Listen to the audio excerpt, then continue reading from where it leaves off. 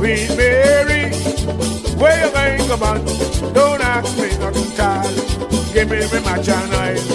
Bars and jailhouses where the money is. Don't ask me nothing, child. Just give me match and trash. Bars and jailhouses where the money is.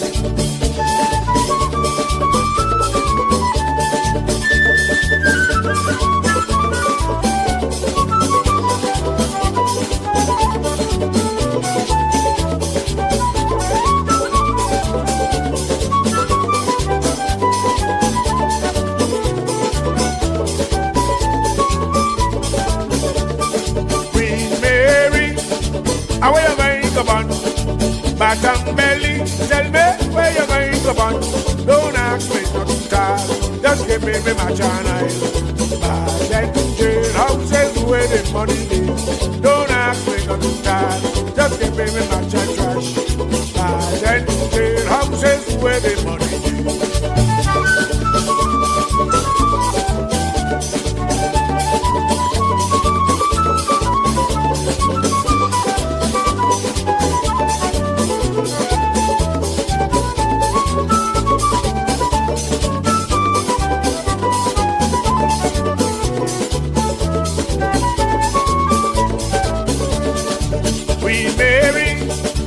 Where you going, come on?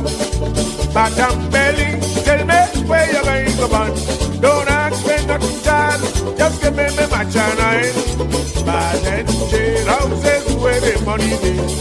Don't ask me nothing, child. Just give me match and trash. Bars and jailhouses where the money is.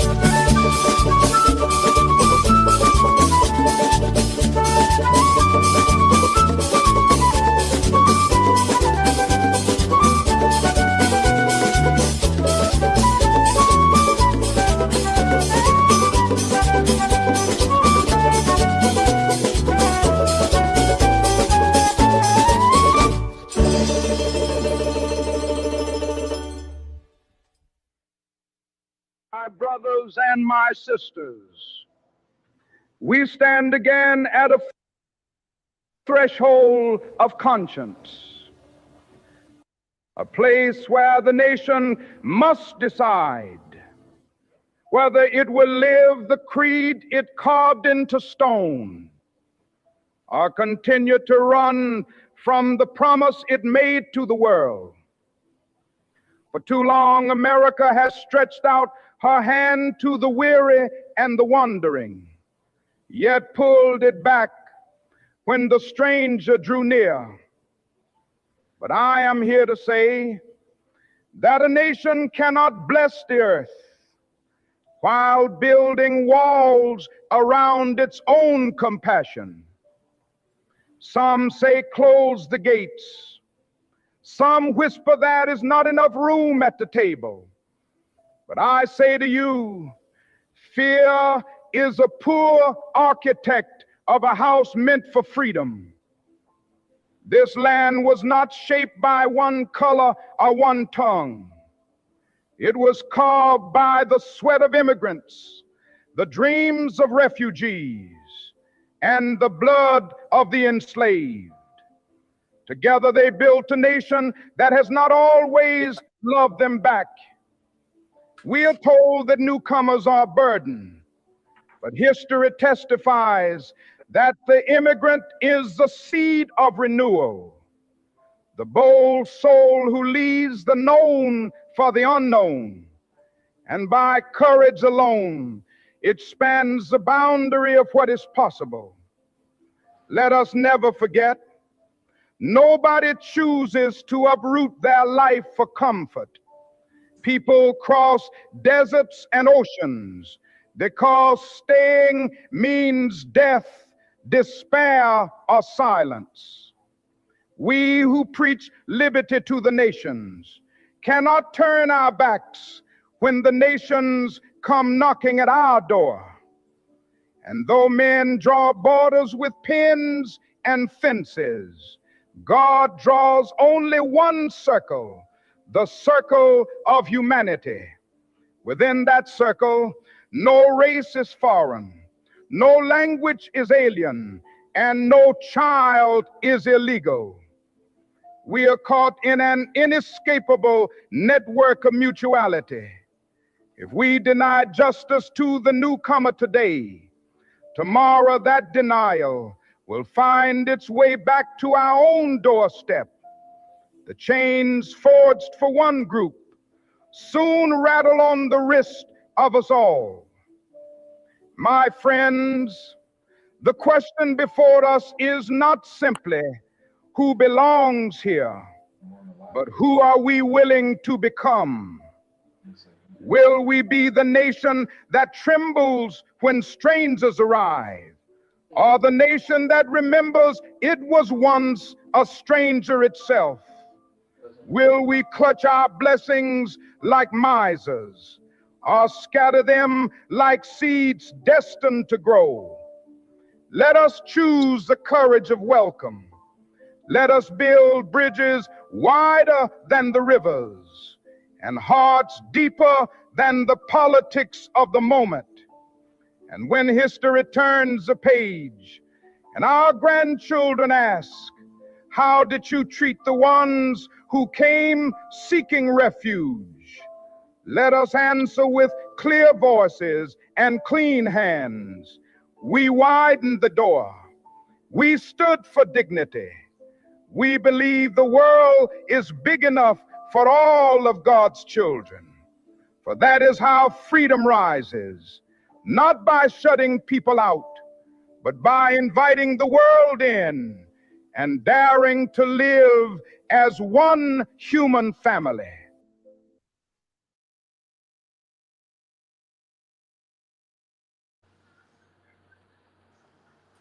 Yes, sir. Yes, sir. What is up? What is going on? Salute to everybody in the building.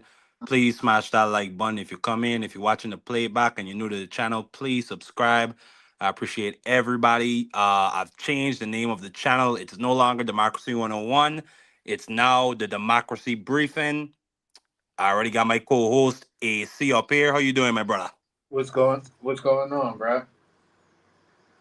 Man, a whole lot. There's been a whole lot that done went down since the last time we came up here and had a conversation. Yeah, Um, yeah, absolutely. We're gonna just go ahead and get on into it. Oh man, this past weekend we had the Super Bowl. AC. I don't know if are you a football fan, AC? You tapped in like me? no, but occasionally I do check out the. I would probably be the super casual of the Super Bowl. If it ain't my team that I kind of halfway follow, then I don't really check for it. It's like that with me. If the Bills or Miami or Cincinnati ain't in it, then I generally don't look at the Super Bowl. Well, it was the Patriots. Oh, hold on. I got my brother, Ras Nati, from where I Yo, from. yo, What's yo. good? AC, this is my Hey, brother right what here. This is happening, man? Ras Nati from the VI, same as me. How you doing, bro? Yes, sir. Yes, sir. Yes, sir. Big up, big up. Big ups to you and your panel. Like, yeah, I come drop in one thing to bless the panel, you know? That's what's up, bro. Thank you so much for coming through. Coming through. We were just Yes, sir. talking It's about pleasure. yes, sir. We were just talking about the Super Bowl. So it was the Patriots versus Seahawks. I was rooting for the Patriots. I wanted Robert Kraft to get that seventh ring. I wanted him to put it on his other middle finger. I wanted him to drag his nuts on all the haters, all the folks who said, because even though you're a casual AC, you know Tom Brady and Bill Belichick. You know Yeah, the Patriots dynasty. yeah, And Robert Kraft was the owner of that team through all of that. Then after they left, they went through a drought, and everybody said, man, it was all Brady Belichick. Robert Kraft is just a dud with money. He need to shut his mouth. Robert Kraft's a racist. He hired a black head coach for 1 year, then he fired him. So I really wanted Robert Kraft to get that seventh ring and to drag his nuts on these boys. Salute to my guy McSmith in the chat. But it didn't happen that way. The Seahawks, I mean, they put foots in them boys. I mean, it was something nasty. I mean, it was nasty. They shut him out in the first half. Drake May was under pressure all afternoon. And the Seahawks rolled to their second Super Bowl. But outside of the game itself, we had some pretty big cultural moments with Mr. Bad Bunny. For those of you who are unaware of who Bad Bunny is, he is the biggest artist in the world right now. He sings bachata. He sings a little, electronic style song bachata, and I mean, it's just nice to listen to. Say da, do, da. That shit is just nice to listen to. I ain't gonna lie to you. And he went in there and he set the Super Bowl halftime show on fire. Like it was easily like, to me, the 2020 Super Bowl with Brady when he was a Buccaneer with The Weeknd, to me that was the greatest Super Bowl halftime show ever, because I knew every song that he was putting out there.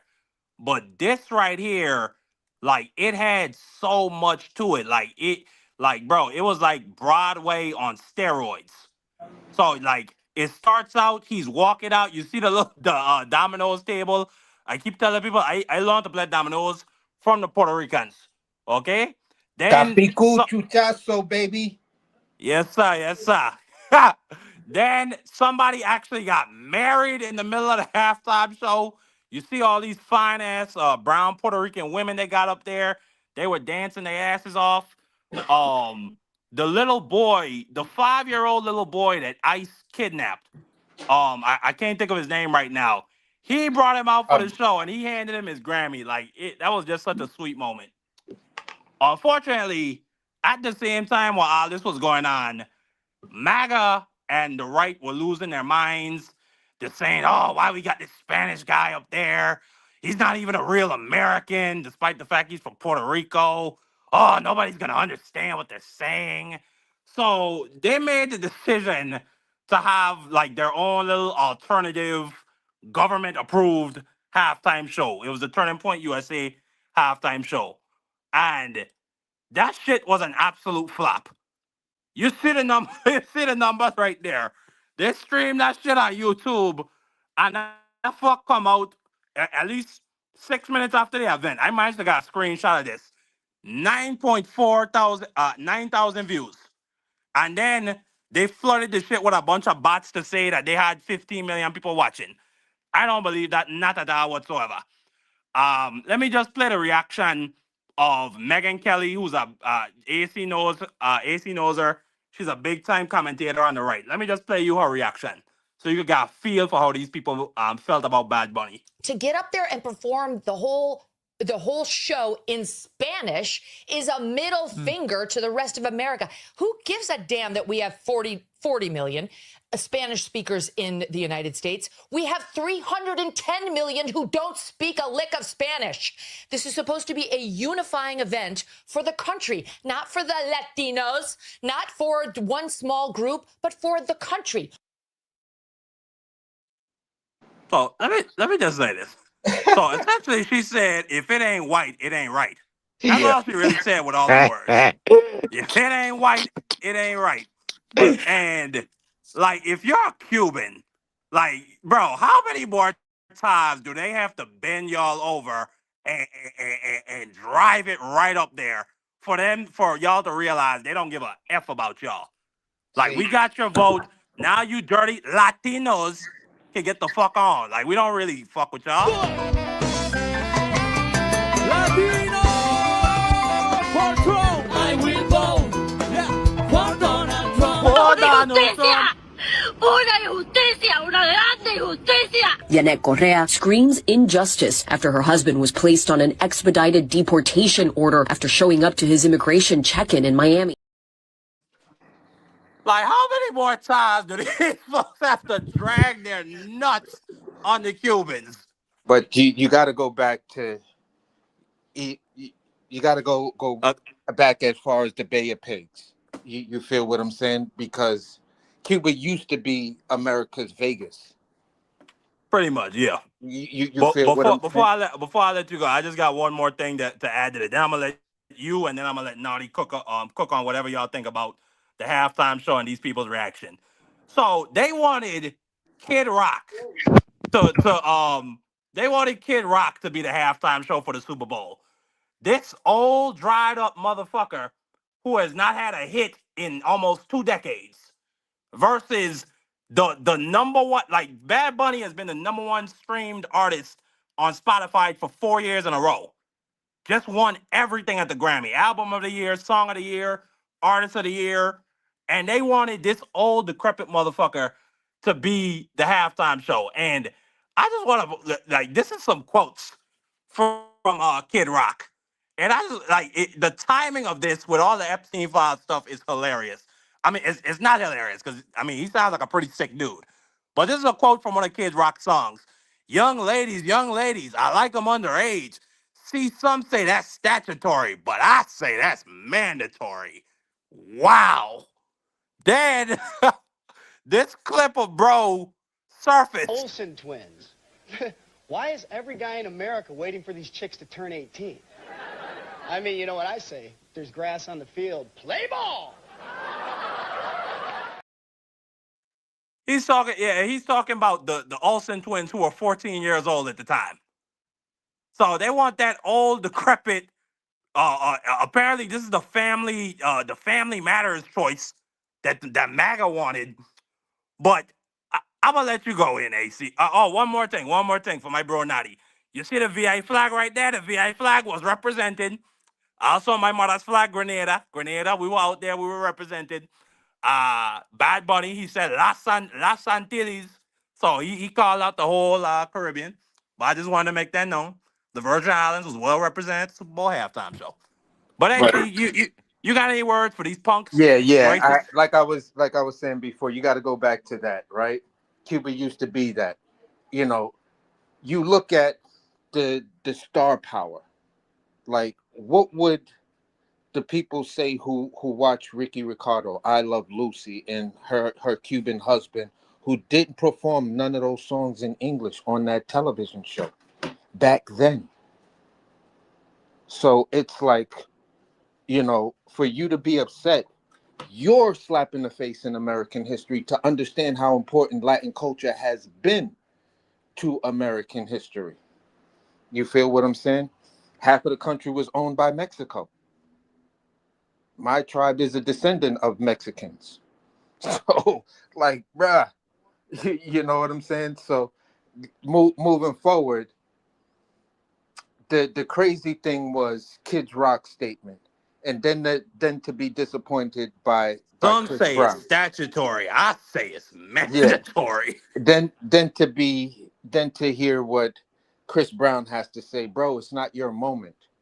If you were that type of talent and you were relevant like that and you were on top of your game without some of the goofy shit you were doing, like the domestic violence shit with Rihanna, maybe He'd they have would been have had a told halftime show.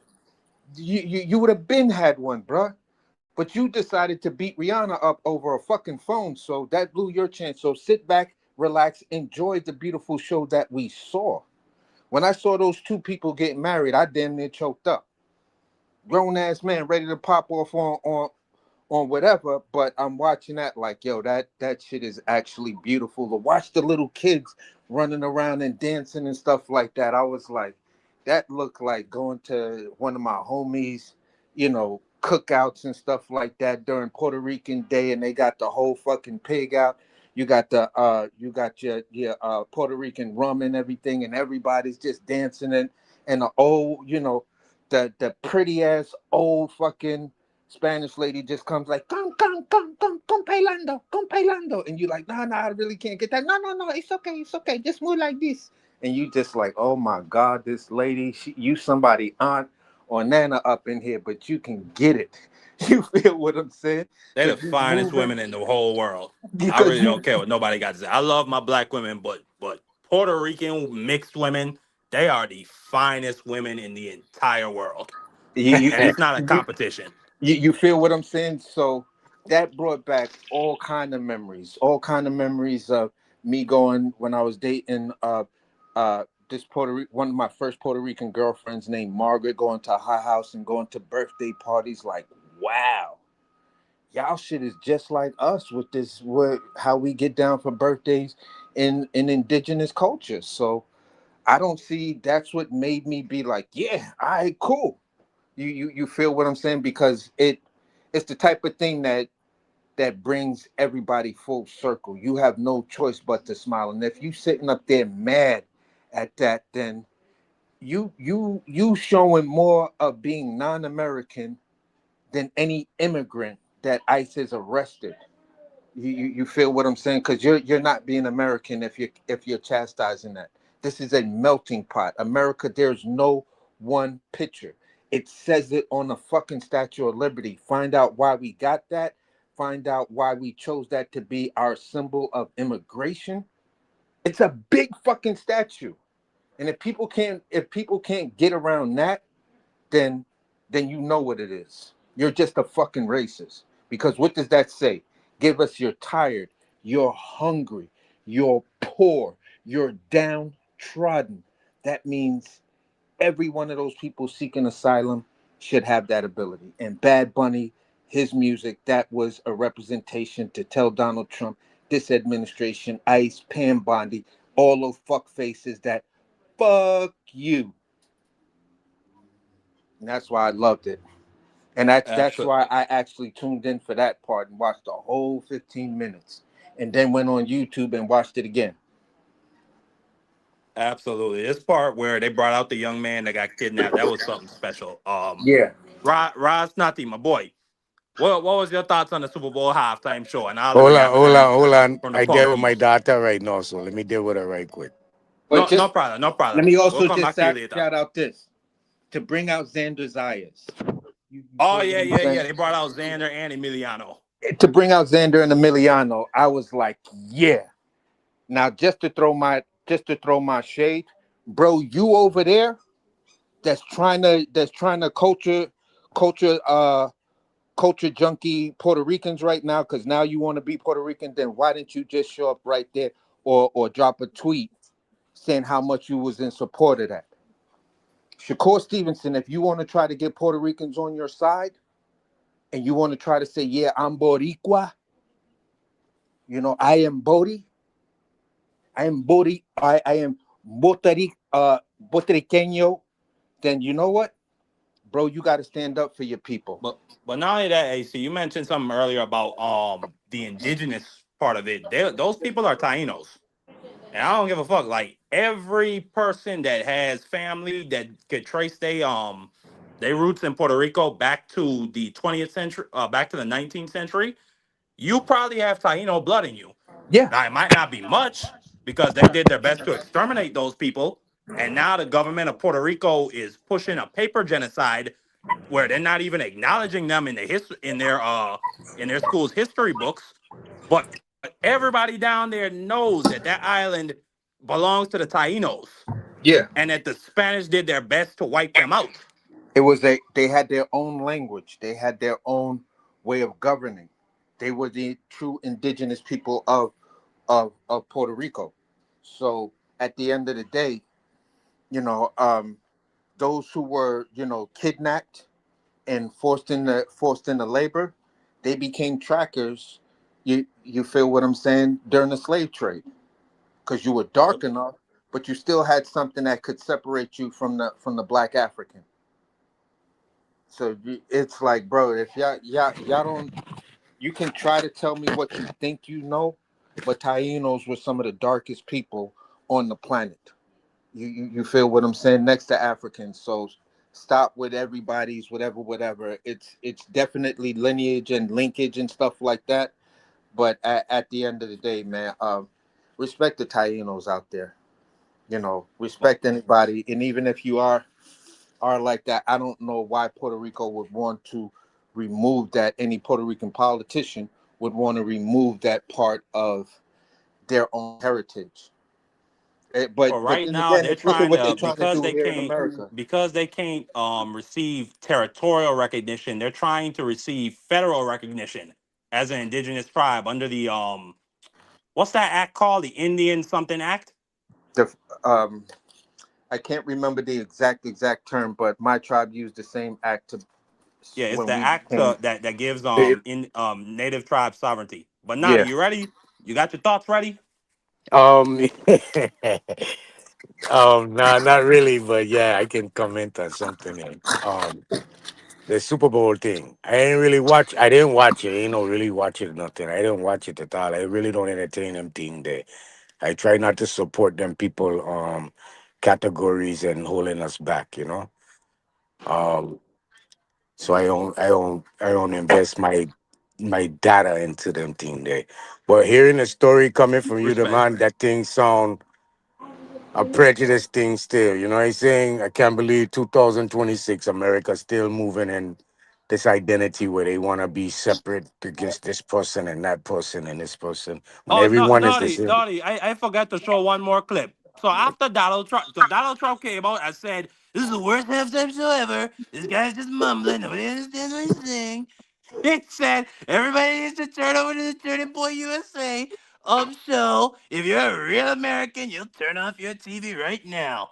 Then we find out this fucking guy was watching Bad Bunny the whole time. He wasn't even watching the Turning Point USA halftime show, bro. Because the Super Bowl halftime is not about the American flag and shit You like see that. that? You see that today, see? I didn't You hear see you. that about a squad right there? Yeah. That fucker wasn't even watching his own halftime show. Yeah, You that's can't make that fuck up, dude. I'm sorry. That shit is do just too hilarious. Do the Donald Trump thing again. This is the worst. This is I the over worst here halftime show rolling. ever. This is the worst halftime show ever. This guy's just mumbling. Nobody understands what he's saying. If you're a real American, you'll turn this off and turn to the Turning Point USA halftime show. And then the fucking guy ain't even watching his own halftime show. You cannot make that fuck up. I'm sorry. They probably had some Cuban fucking maids and technicians that said, man, turn that shit off. We watching Bad Bunny in this bitch.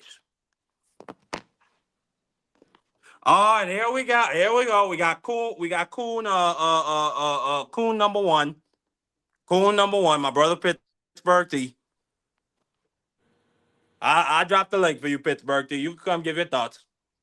Even though Donald Trump watched the worst, he chose to watch the worst halftime show ever. But anyways, man, we're gonna move on. When Pittsburgh T come in, we could get his thoughts. Right now, we got a Winter Olympics going on. And JD Vance and basically the entire US delegation are getting booed out of their fucking minds. Like anytime they show JD Vance and his wife, they get booed. Hold on, let me find this clip quick. In an individual sport, what an honor for her. There is the Vice President, J.D. Vance, and his wife, Usha. Ooh, those are not, those are a lot of boos for him.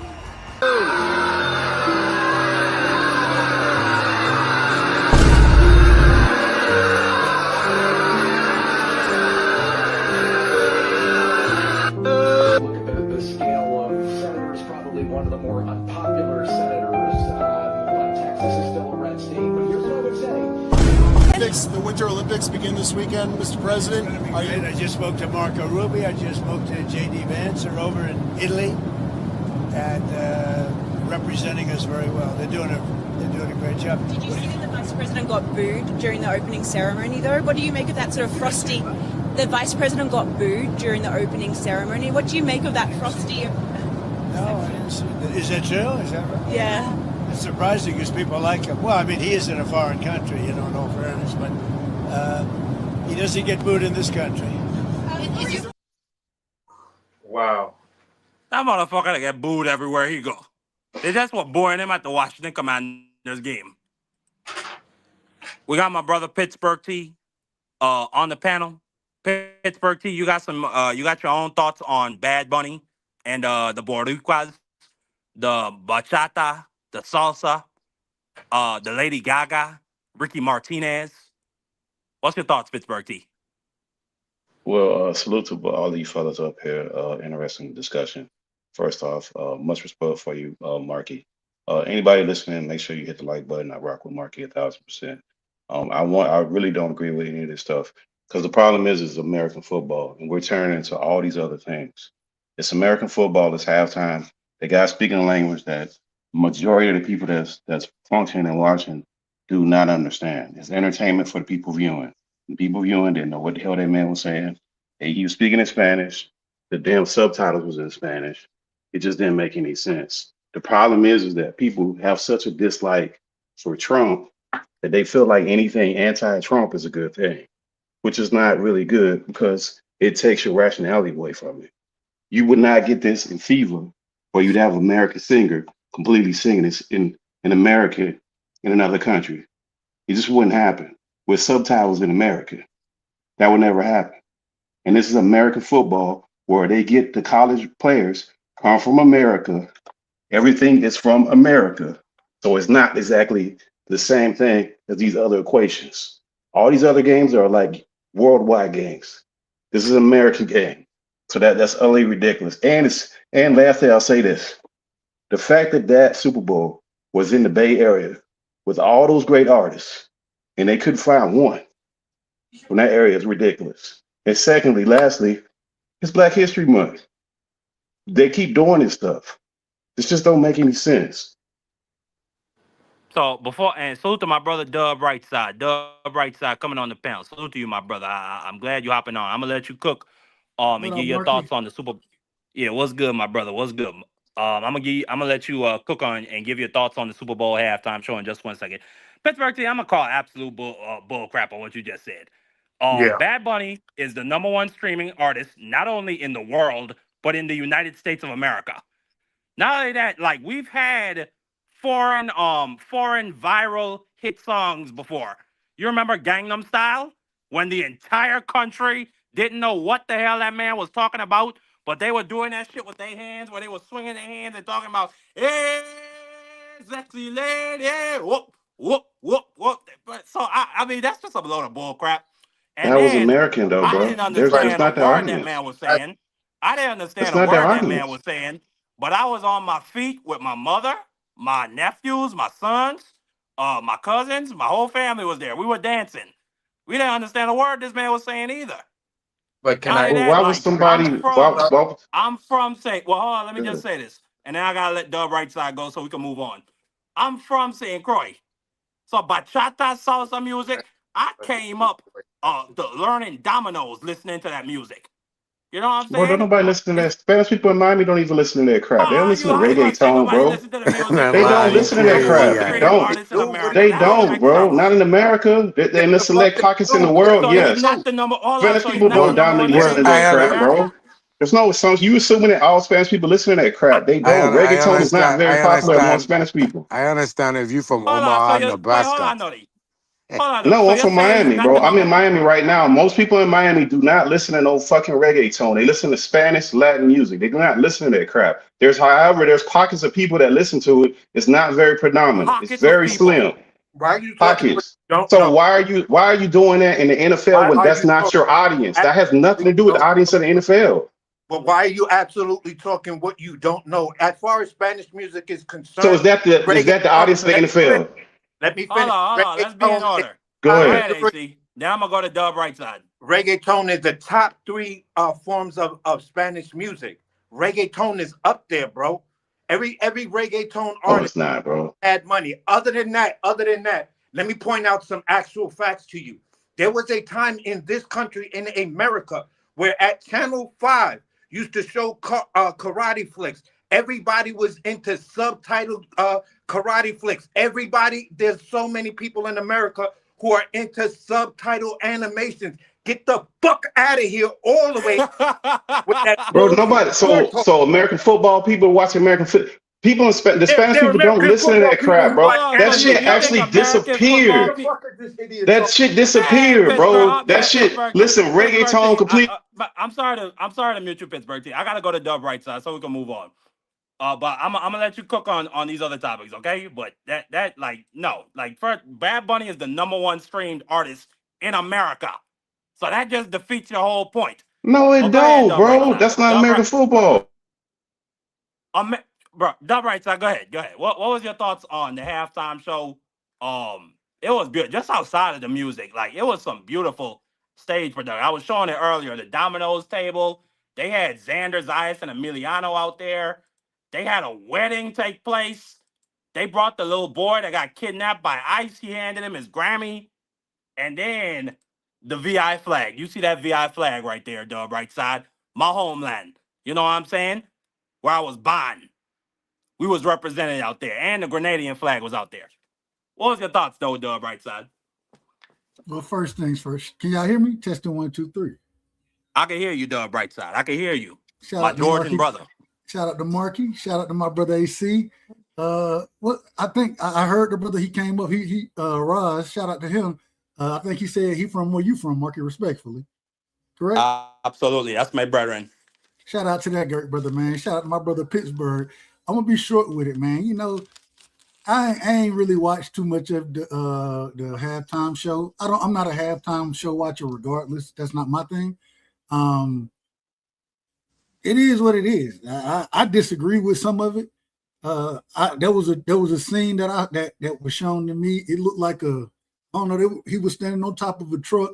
Seemed like some nonsense going on in that scene, in my personal opinion. It is what it is.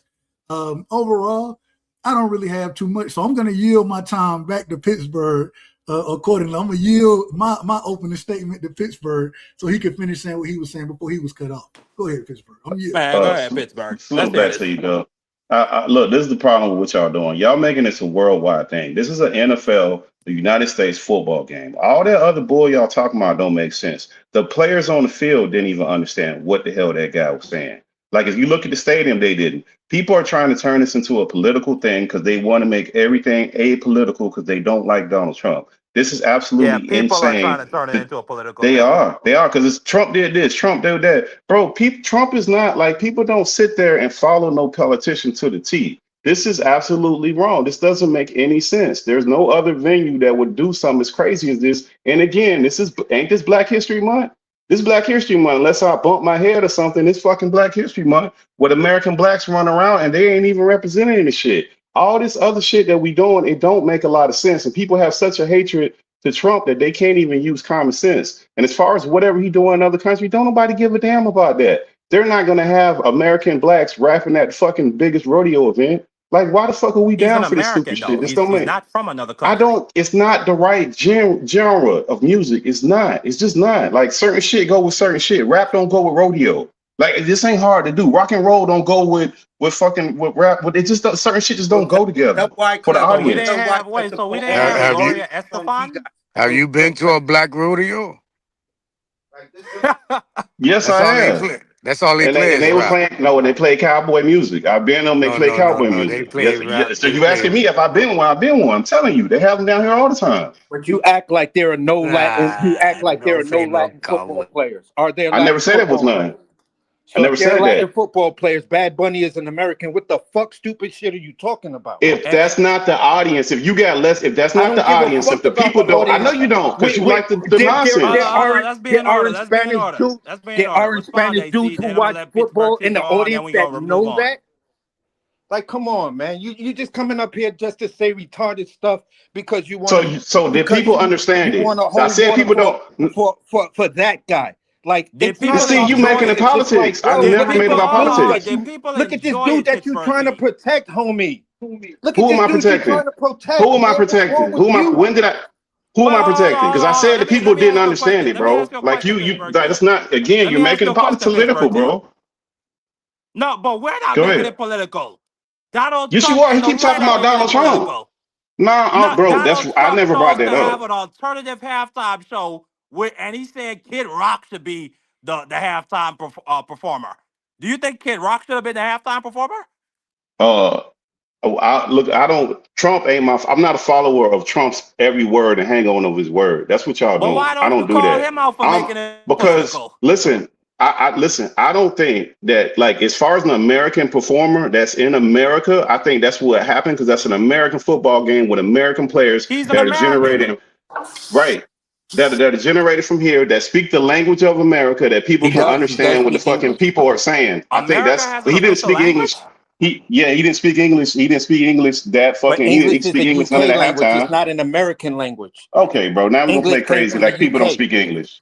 Okay, so English cool. came from the UK. So what when you go to school in America, what language they use? It was either Spanish or the language of every tribe. It wasn't no It was Spanish, bro. either Stop it. Spanish or the We language ain't of gonna every hold on, tribe AC, before we the gonna move settlers on came. from Hold this. on, We let gonna me move teach on it. from this. But let me I teach this think idiot a fucking lesson about America hold on, because it's AC. No, obviously. hold on, AC. My bad for muting you, my brother. But we gonna move on from this. Pittsburgh T is just a contrarian. He's just a contrarian. I've learned that about Pittsburgh T over the years.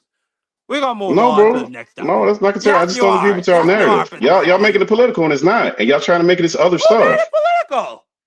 You keep talking about Trump and he keep talking about I'm holding water for I Trump. said I the only never thing said I shit mentioned about about Trump, bro. Trump was Fuck the Turning Trump. Point This is USA wrong. halftime show. That's the And only thing I said about Trump. It's That's a the I don't only care thing I political said about. about channel. him. Read the room. This is a political channel. We have No, political discussions. you're trying to Read make something. the room. No. Just because Read you the want room. something No, to you're be not reading. political You doesn't mean it entered. is. Yo, listen. You just entered a room that's political, and then you don't want to have a political conversation. That's Just because fucking bad. I'm telling you, that doesn't make any sense. Because you want it to be political doesn't mean it's political. I can want the sky to But be green. But Donald this Trump, is a It's not. political. Donald This is a Trump wanted it to political be channel where we political. have Why is you calling political him out? Hey, conversations. Well, how is this political? Hold on. Can I ask one question? Go ahead, Dub Right Side. In general, as far as this goes, what's the benefit, either pro or con, politically for bad? What's the? I don't understand how this was a political situation. Like, what's the benefit, pro or con, that he was there? I think it comes more down to. Ask these people. Hold on, well, real quick. I think it comes more down to the fact that the majority of individuals in this country speak English. I'm watching it. I ain't never heard a Bad Bunny song. Respectfully, I say that respectfully. My son know Bad Bunny because I think Bad Bunny used to be a wrestler. I didn't even know this, but my son know who he is because he like wrestling, that type of thing. And he was like, "Yeah, oh, he rap." And I was like, "Yeah, he performing at halftime." I was like, "You gonna come watch it?" He was like, "I don't know what he's saying, so I don't want to watch it." And that's just my son saying this, right? So my whole thing is, what's the political atmosphere here that we're speaking on? The only political atmosphere there is, the Bright Side, is that Donald Trump and the right don't like the fact that a Spanish-speaking artist was headlining the halftime show. And then the hilarious thing is, it wasn't only Spanish songs. Lady Gaga got up there and she sang "If the World," I don't know the name of that song. "If the world was ending," you know what I'm talking about. That song. No clue. That's a dope. No clue whatsoever. Sorry. You don't know that song? I don't listen to these people. I don't listen to these people. Respectfully, I don't listen to them. Well, so yeah, you probably into more southern rap and trap and all that good shit. Right. You know that, like, that's not really my lane. So it didn't interest me. I really didn't care about it too much. You know what I'm saying? So all I'm saying is, I think that I understand how AC is saying this a political shot. Hey, and I appreciate it. My whole thing is though, I don't see the political effect that this had because I don't see it that way. I do think that, man, if you got a majority English speaking audience, then watching the Super Bowl, which I think we all would agree that's the truth, I think you would cater to that audience. But at the end of the day, I think, Marky, you said that Bad Bunny, I don't know if it's true or not, but you said that he's number one streaming in the world? Yes, he's the number one streaming artist on Spotify 4 years in a row. And he is the number one streaming artist in the United States of America. And the US. So somebody's watching him. I don't know who is, but somebody's streaming him here. I don't know if all them people are going to be watching the NFL, you know what I'm saying? But I don't know if this was the right platform for it. But at the end of the day, I don't have a problem one way or another. Not really something that meant anything to me. That's how I look at it. Yeah, and to be clear, Dub, the only political stuff I injected into the conversation was when I brought up the Turning Point USA halftime show, which headlined Kid Rock. And let me hold on. They had their own halftime show? Yes. Yeah, they got like 5 million views off of that. 5 to 10 fluctuating. Yeah, off of that. No, that shit. No, that all of those 15 million views. Those were bots. This is the real total. How you know they were bots? I don't know that. That's the most ever alternative halftime show. So I don't know. How you know they were bots? A lot of people viewing that crap. Because there's data that can tell you whether these are real subscribers or Let not. me explain. Nielsen ratings. Let me explain the right side. Hold on, you breaking up. Hold on, you breaking up, Marky. You breaking up. Hold on, give me 1 sec. Is that me? It might be me. No, it was Marky, but what I was saying was there's data points on that. That's how you know how well streaming does, because there's data points on that tells you who are actually real people and who are actually based on location or URLs or your URL that they can tell if there's all of these people that are coming from a specific URL, there are bots. If there are all of these people coming from different URLs, then you automatically know we ain't each even got to individual do all person that. had to go through. But it just seems that you have to explain certain things because people don't want to use critical thinking. I mean, we it's ain't simple even stuff got if to. you're Hold in on, this let me just era. explain the dub. Let me explain the dub why I think they were bots. Number one, this is a screenshot I took of the view count less than 10 minutes after the show, after the stream ended. If you watch the stream, it says 15 million, but the chat is not moving at all. It's the same 10 messages for the whole hour, 16 minutes. On top of the fact, but just outside of that, those are the reasons why I think the bulk of those views are bots. But let me ask you a question, Dub, right side. Would you want Kid Rock, a guy who says lyrics like this, young ladies, I like them underage. See, some say that's statutory, but I say it's mandatory. And then he got clips like this, talking about 14-year-old girls. Olsen twins. Why is every guy in America waiting for these chicks to turn 18? I mean, you know what I say? There's grass on the field. Play ball! That's the motherfucker Trump wanted to do the halftime show. We can't hear it. We can't hear the clip. No, I could hear. I could definitely hear that. You had to unmute it, Pittsburgh T. But what you think, right side? You agree with Trump? Should he have been? Should Kid Rock, a guy who hasn't had a hit in 2 decades, over Bad Bunny, the #1 artist in the world, should that have been the halftime show for the Super Bowl? I think Kid Rock already performed at the Super Bowl before, but I'm not a fan of Kid Rock. Nah, you thinking of the Hot Chili Peppers. You thinking of the Hot Chili Peppers. You know, they all, respectfully, they all sound about the same to me. So I'm not a fan of Kid Rock, so I wouldn't give a damn if he performed. That's why I say, like, none of this move, the halftime conversation just don't really move the needle for me. Like, it ain't nothing that's too important or relevant because I don't give a damn who performed it. That's just me. But at the end of the day, my only thing would be if it's an event, you know what I'm saying, for mostly English speaking individuals, then have the people perform in English. You know what I'm saying? And that's the only thing I would say. But overall, I have no problem whatsoever with. Like I brought up earlier, I did have a problem. The one thing, like when he was standing on the truck, seemed like it was some nonsense going on. Well, when he was walking up his waist? No. When he was standing on the truck and all the folks were standing around him, it seemed like it was some nonsense going on. If you go back and watch that scene, Mark, I don't know exactly what I can say as far as that goes, but it seemed like some nonsense going on there. You're talking about the 2 dudes that were whining on each other by the truck? You've seen it better than me. So, but you know, all I'm saying, I disagree with those type of things. But my thing is let them do it. Hey, I don't give a damn about the halftime show. I don't really watch it, so it is what it is. Yeah, I'll just say this before we move on. Did you watch Kendrick's halftime show last year, Dub? Nope. I don't. No. Damn, I really wanted to have a more in-depth halftime show because I thought Kendrick shit last year was pretty trash. But Bad Bunny, that's second behind The Weeknd to me. But we're gonna move on. Hold on, the last halftime performance I seen was it was 50 Cent and I believe Snoop was up there. That's the one with the Chili Peppers. Oh, okay. All right. That's the last, and I didn't even watch that one entirely. I just remember, I believe that was the 150 was upside down with the ghost shot, and then after that, I went on doing whatever I was doing. Yeah, I get it. Dub is a football guy. He ain't into all that halftime stuff. But hey, Scholar, you calling Cap around here, and I'm lying. You gonna tell me now you calling me a liar? What am I gonna sit here and lie about a halftime show for? Man, don't study that, man. Scholar just cooning out in the chat. But salute to my brother Scholar. I love him to death. He a good guy. But we're gonna move on to the next topic of conversation. over the weekend, in the Winter Olympics. Yeah, we have. Well, not over the weekend.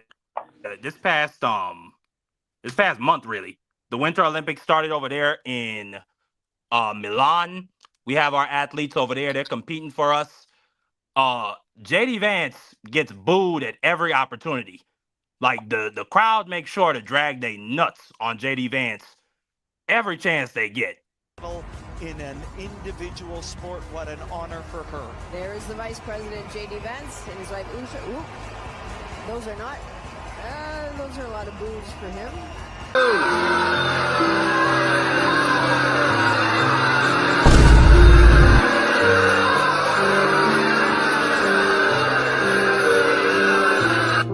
Look at the scale of senators, probably one of the more unpopular senators, but Texas is still a red state. But here's what I would say.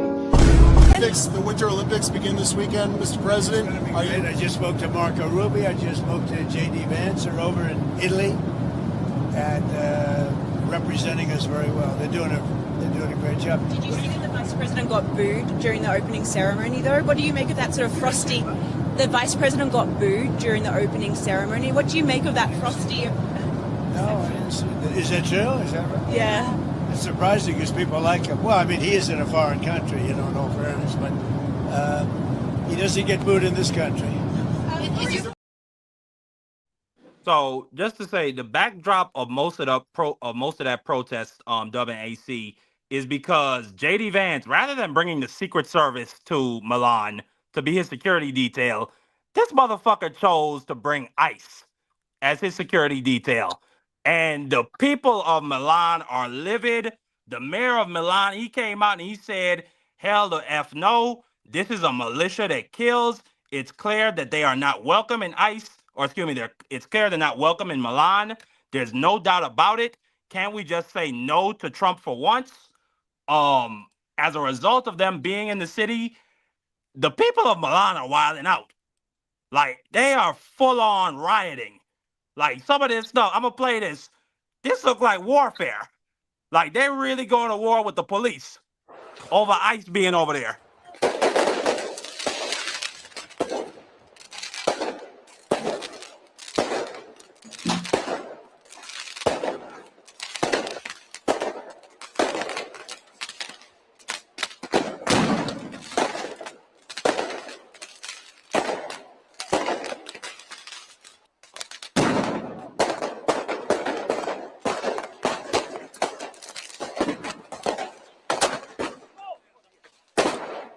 Sono sala quelli là, hanno ucciso la montagna e...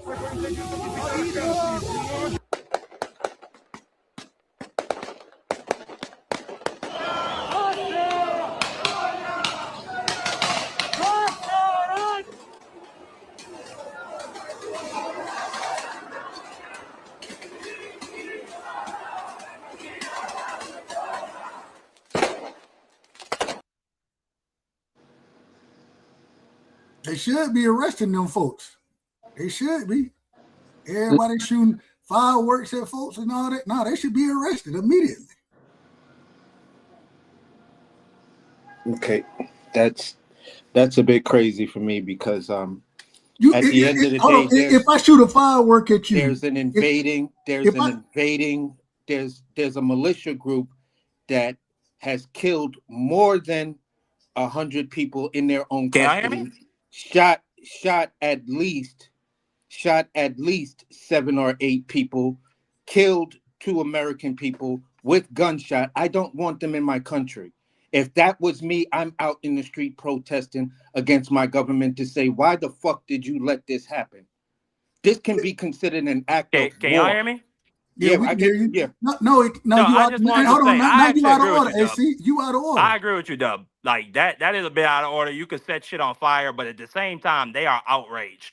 And at one point, it get even more wilder, Dub. They brought out the fire truck. I'm a fighter. I'm not the nigga to sit back and just No. We film get and that, AC. talk. You allowed to have your own That don't mean opinions and you go out thoughts. there and Respect. shoot. You can't shoot fireworks at Hold folks. on. Let me get through this opening dialogue. I'm gonna let y'all brothers cook. Well, Come you on got to get now. the microphone together. We was in the middle of conversation when you dropped off. I We was in the middle apologize. of conversation. So get your mic together, Golly. man. Respectfully. I hear you. Is my mic together right now? You decent. There you go. But I was just saying, I'm gonna let you cook on this, Dub. I actually agree with you, Dub. That shit is out of order, but to bring a foreign militia that's over here gunning folks down, kidnapping little kids and old ladies, body slamming old ladies to the ground, that's pretty wild. And the mayor of Milan, those people's representative, said to get the F out. And they didn't get the F out, so these people are outraged. Now, it got even wilder at one point. They brought out a fire truck, and then to try and hose down the motherfuckers holding the fireworks cannon. Then the police tried to surround them and beat them, and they fought back and were throwing rocks and beating up the police. Like that, it really got out of order. It really got out of order. You don't protect those people. But I'm gonna say, hold on, it's on me. It's on me, man. You can't jump. Hold on. Okay, wow, I'm gonna let Dub go. emotional. Let me get you. Hold on. Let me get Dub's thoughts on it. Then I'm gonna come to you, AC. Okay, go ahead, Dub. What's your thoughts on the protests? On JD Vance getting booed, they not wanting ICE over there, all that. Go ahead. The first thing, JD Vance out of order. And whenever any diplomat from this country goes anywhere else, they don't take ICE agent. They take Secret Service with them. Secret Service should be the people that are protecting them. It seemed to be a show of this is what we're about, this type of thing. It seemed to be more, not even so much protection, but more of a show of what we have going on in this country, which I don't think, hell, what we got going on here ain't got nothing to do with nobody else in the world, in my personal opinion. The second thing is you can't have, I ain't got no problem with protesting, but once you start, if I were to go shoot a firework at either one of y'all right now, and it would have hit you, then I'm gonna be, I'm gonna be criminally prosecuted in this country for what they're gonna call it, probably assault with a deadly weapon, second degree, something like that. You know what I'm saying? But it'll definitely be assault. And so for them to be shooting it at the police doing like they do, it's ridiculous. The old people need to be arrested, and people have to be held accountable for their actions. I agree with protesting, but at the same time, you can't be out of order protesting. You still need to be in order. And yeah, I think that crossed the line into rioting. When you're shooting off incendiaries at people. That's my only problem with it. I have no problem with them being upset with JD Vance being there, although I will say, because the Olympics are being held there, it's a bunch of foreign diplomats that's going to be there supporting the different countries. That's what comes with the Olympics. So I understand people not wanting that.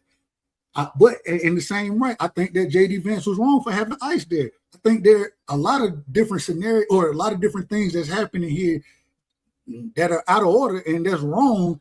And it's all causing confusion and individuals to be out of order, and it's causing nonsense to happen in the streets like this. I disagree with. Well, the people of Milan said, if y'all gonna be wrong, we gonna be extra wrong. That's what they said. Two wrongs don't make a right. I ain't saying I agree with it. I ain't saying I agree with it, Dub. Beautiful. I'm just saying that's what they said. But see, but using that logic literally means, okay, same thing in Chicago. Well, if you kill my cousin and then I come back and kill you, and now it perpetuates an entire cycle. Two rights don't make a wrong. At some point in time, somebody got to stand up and stand above and over and say that at the end of the day, I'm going to do the right thing. Forget if you're right or wrong. I can call you out. I can use my words, but I don't have to perpetuate violence against anybody to make my point. Well, I hear you 1,000%. Go ahead, AC. What's your thoughts? Sometimes you have to, because at the end of the day, I was calling in this country. These are not real federal agents. These are actual criminals, and a real federal agent by law has to have identifying markings. They have to disclose who they are and things like that. We went over that, Marky. We know when the bill was actually law. So it's a real law. So when you say two wrongs, federal statute, right?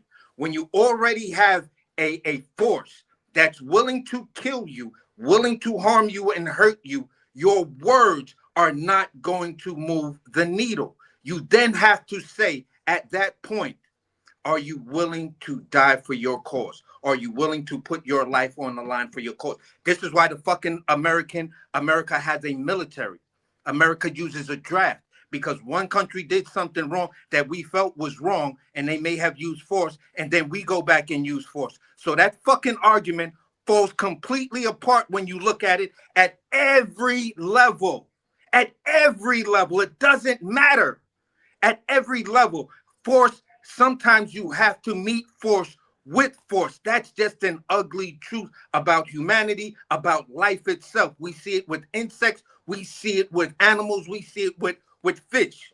It's just a factor of life. No one is taking no one is above or below using force. We beat our kids' ass at times. We discipline our kids. Those are all uses of force. At the end of the day, when you bring a group like ICE, and Dub was right in saying they should have brought the Secret Service, because that's what you do. When you brought them, and then it was trying to be said at one weird talking. And then the mayor of Milan said, "Get the F out," and they didn't get the F out. Don't forget that.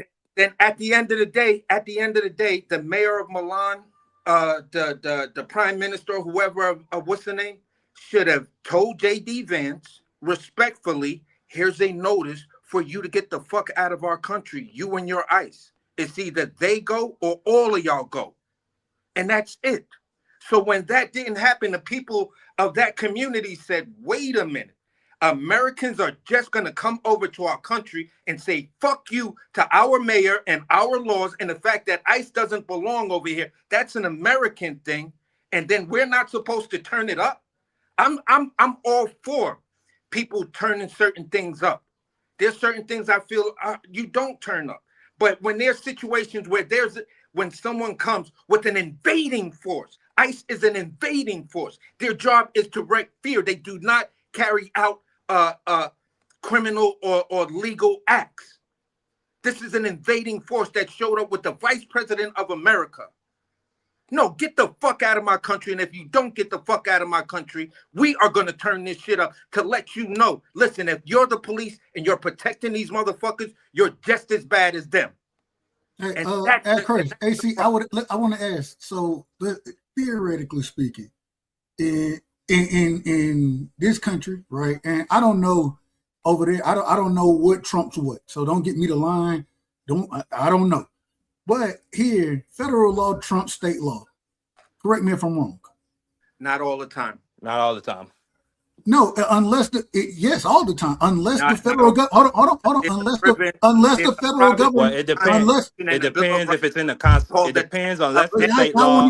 Y'all won't even let me get mine off. Because I'm telling you, it's not all the time. Hold on, AC. Be in order. Dub was quiet. He let you go. But I'll just say this, Dub. Unless the state law abridges from the Constitution, that's the only time that federal law trumps state law. That's the only time. That's why you have things like sanctuary cities. If the federal government, and using something simple as marijuana, if marijuana is still technically illegal at the federal level, right? There's certain states that is legal in. If the federal government, if they want to go in, and we've seen this happen in California previously, where the federal government has gone into dispensaries and shut them down. We've seen this happen. And even though it's legal in California, we've seen that federal law is the law of the land, right?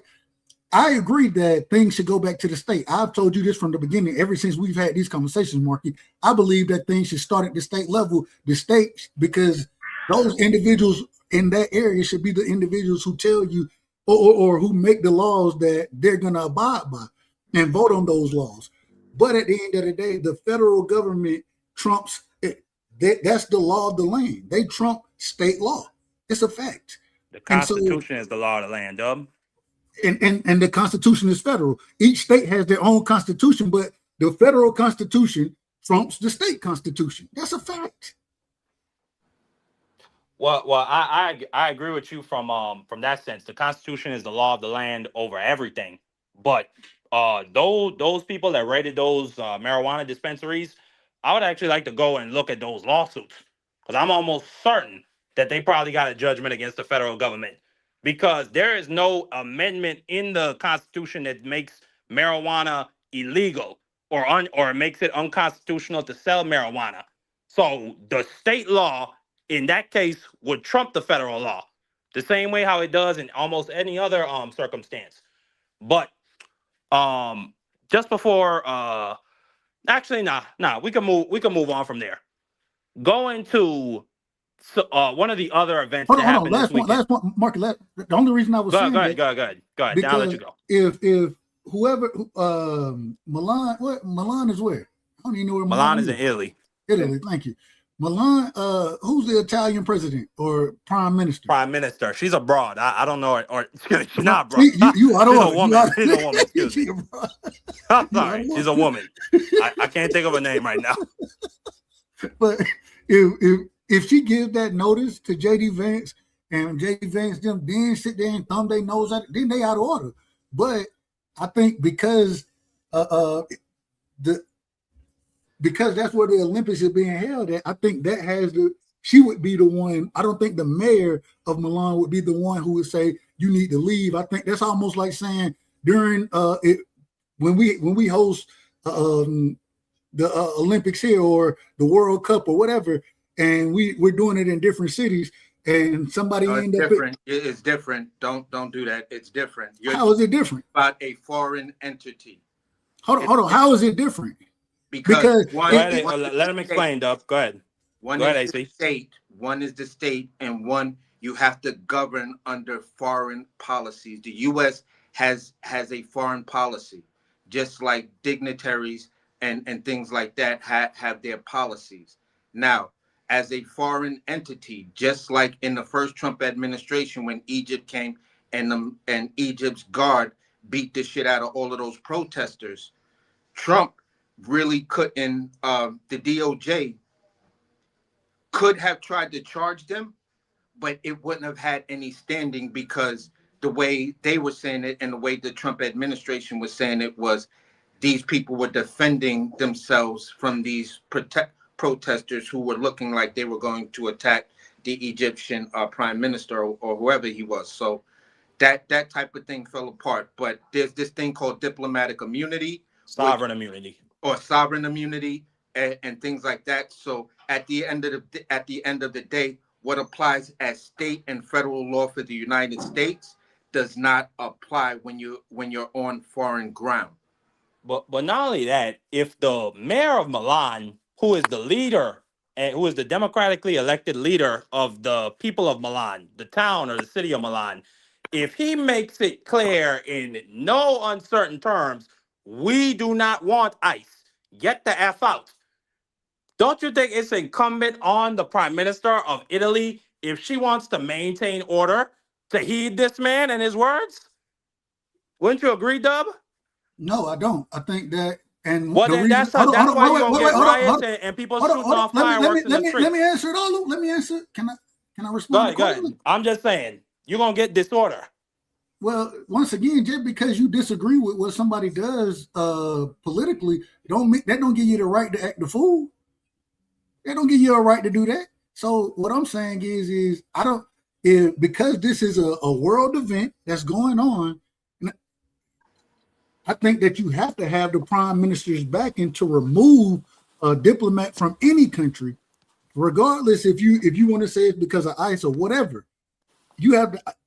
If Vladimir Putin showed up there and they was like, "Man, we don't want you here. You in war with Ukraine. You need to get out." And that's what the president, that's what Milan governor or mayor, whoever says this. But then the Italian prime minister don't come out and say it. Hell, Putin ain't got to go nowhere. He ain't got to go nowhere. He gonna sit there and he gonna participate in the international event that's taking place. Do I agree with it? No, I don't. But at the same time, this is the way things have been ran throughout the world for years.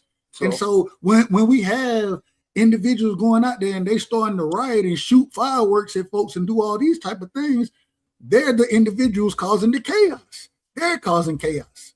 If ICE were to go out there and attack, if ICE were to go out there and attack somebody and then try to utilize their power on Italian ground, in Milan or something like that, then that's a different argument. But I haven't seen ICE go do anything over there. Only thing which I still disagree with, as far as them protecting JD Vance, I still disagree with that. But that's what they were supposedly there for. They didn't remove anybody from Italy. They didn't go after nobody in Italy. So to have these people going out there acting the fool, they out of order. We gonna call them out of order. But Dub, so essentially what you just said is that the Prime Minister of Italy should give the people of Milan her ass to kiss. No, like, I'm not saying that. What y'all say don't matter. No, what y'all say don't matter. No, that's essentially what you said. But what I said to you, Dub, is wouldn't it be incumbent on her to heed their words and their feelings in order to maintain order? I have no problem with that. I didn't say that. What I said was, if she didn't give that order, then these people they can be mad at her, right? But to sit there and attack the police and do the things that they were doing, they out of order. I'm not saying that she's right or wrong. I'm not saying that. Okay, so here's a history lesson. Yeah, go ahead, AC. Then we're gonna move on. Go ahead, AC. When Hitler came to the Olympics, right? He wanted to support his German boxer Max Schmeling. He also wanted to see I just brain farted on his name, the Black American runner, Jesse Owens. Jesse Owens, right? So Hitler comes. At first, he arrives with the SS Army, with members of his SS Guard, had the double lightning joints. The police and the airport police, because they knew what was going on, and this is during the time, Hitler was already doing things. He had already invaded Poland. He's already had concentration camps. They said, listen, respectfully, you can come. You choose 2 members of your team that are not SS, and you can enjoy everything that our country has to offer as far as the Olympics have to offer, and we will not stop you from doing anything. But they will not step foot on what they considered was the Olympic holy sacred grounds, something that's been going on for thousands of years. For thousands of years, the Olympics have been going on.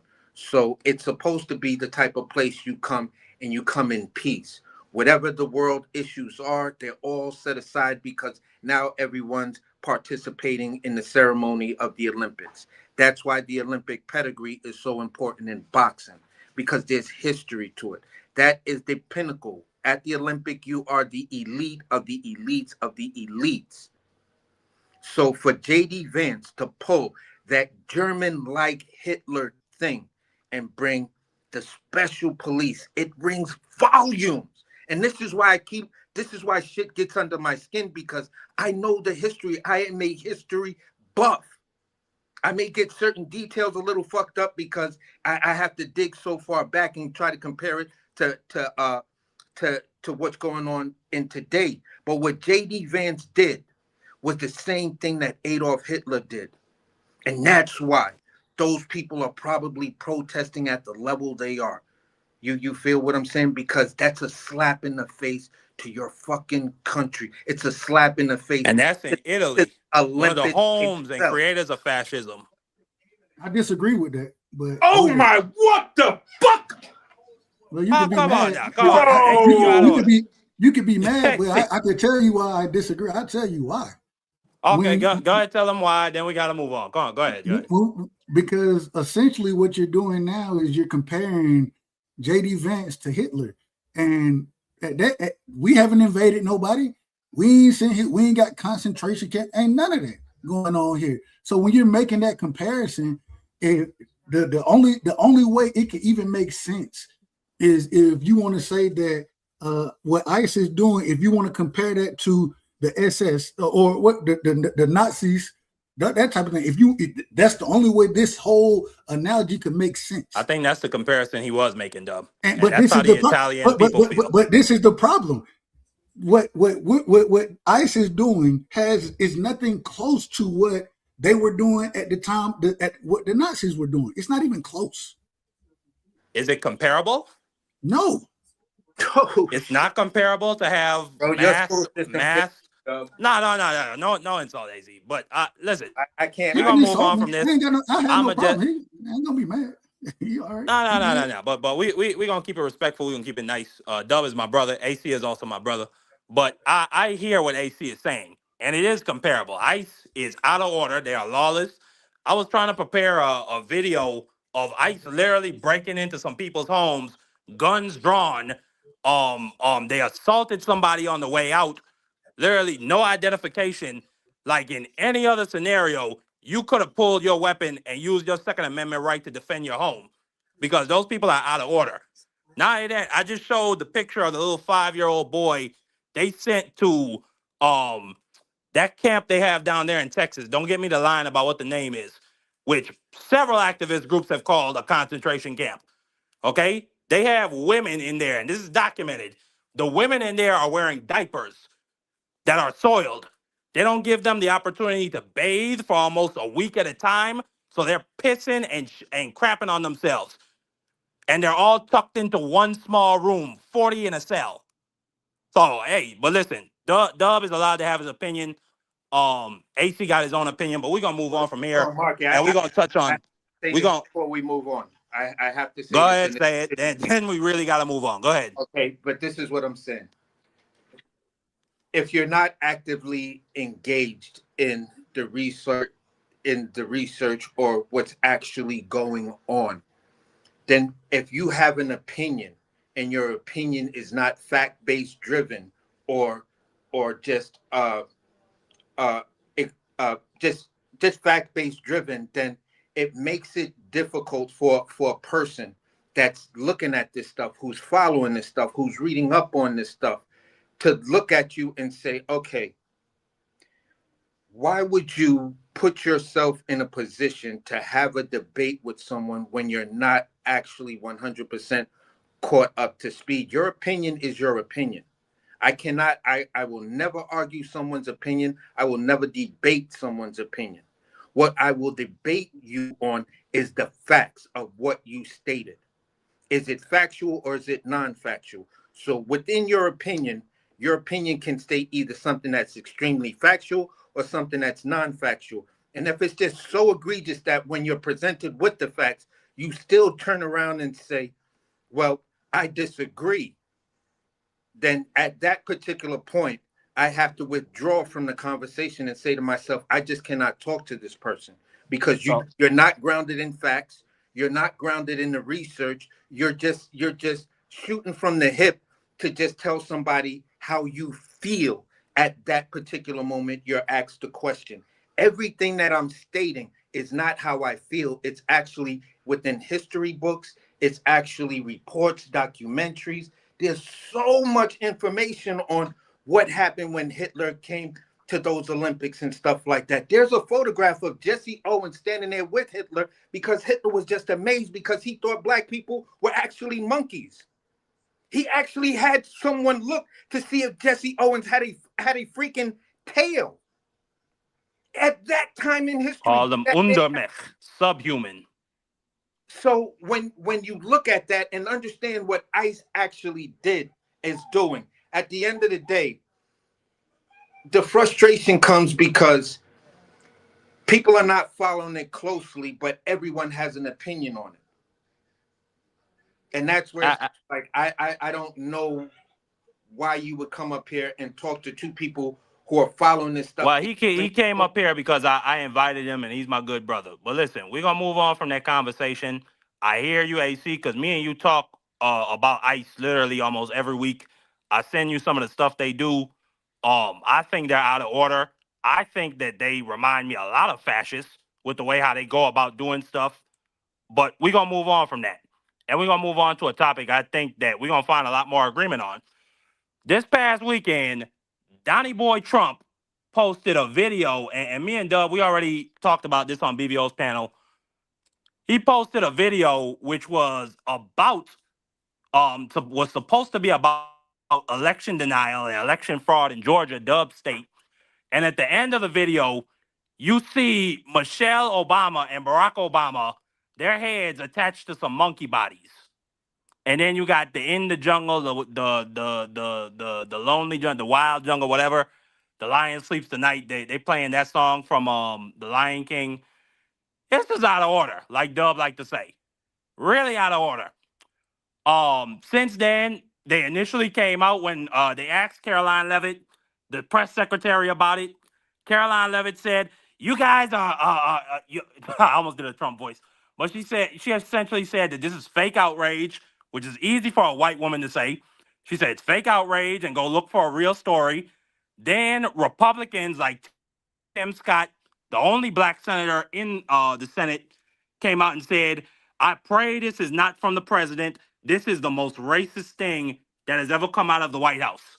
Which begs the question, what's the second most racist thing? I mean, like, I don't even really know if that was a condemnation. You also had Byron Donalds, who might be the #1 raccoon in the United States of America, say the president's team let him down. I mean, that's the extent of what he said. But I just want to, before I give, because we're gonna cook on this topic quickly. But I just want to say, Donald Trump is a piece of crap. He's a racist. I'm gonna stand on that. He's always been a racist, going all the way back to when him and his father were barring black people from renting out apartments in their towers, and they got sued for violating the Fair Housing Act. Going back to when he tried to get he took out an article in the New York Post calling for the execution of 5 innocent black boys in a grape case with a woman they never met. I think he was a racist when he talked about Barack Obama. He created conspiracy theories about Barack Obama not being born in this country. And he's even more racist. I mean, he's even more blatant with it now. He calls Somali people garbage. But he says, why can't we get more people from Sweden or Denmark? Why do we gotta get so many Somalis? They're garbage. I don't want them in my country. Like, for anybody at this point with an image like this on the President of the United States official Truth Social account to even suggest that he is not a racist man. And by the way, he's not apologized for it. And from what I've heard, the staffer that posted this video still has a job. Is still employed. Is still taking my black ass tax dollars and Dove's black ass tax dollars. And the reason why he did this is because he knows he'll never be like this with Melania. He knows their relationship was never this. Melania Trump is a whore that he met on Jeffrey Epstein's plane. You can literally, matter of fact, here's a picture of Melania Trump right now. You can go on the internet right now and find dozens of naked pictures of the First Lady of the United States of America. Dozens of them. Dozens of them. This lady is what I call the Italian Prime Minister earlier, Dub. Melania Trump is a real-life broad. She's a whore. She's a stripper. She's all that. All that and more. And he is, and Donald Trump is mad because, and matter of fact, I remember Melania Trump plagiarized Michelle Obama's speech. And then Trump shitted on her and like a roast. He said, what did he say? My wife, Melania Trump, came out and she gave the exact same speech as Michelle Obama, and the media still had a problem with it. He took a dump on his own wife. Like, I mean, like, the lady, I mean, this is the First Lady of the United States of America. This is the person that you're supposed to hold up to all the little girls out there, to all the young children, and say that that's our First Lady. That's the lady that just oozes family values. We know what this is. That man is a racist. He's been a racist for a very long time. I remember the Charlottesville protest where he said there were good people on both sides. When you got the KKK on one side and Black Lives Matter on the other side, hey, listen, people said he was allowed to have his opinion. I'm allowed to have my opinion. The man is a fucking racist. And I don't think there's really any way to doubt it anymore. He refuses to apologize for this image. And I'm going to go to AC, and then I'm going to come to you, Dub, give your thoughts. Then we can move on to the Epstein part of this conversation, all the stuff that came out from Epstein. Well, for me, I have first-hand experience of Donald Trump's racism. And that's when he tried to steal my tribe's reservation because he wanted the entire reservation and the bit of and the other land we was willing to rent to the U.S. government and things like that.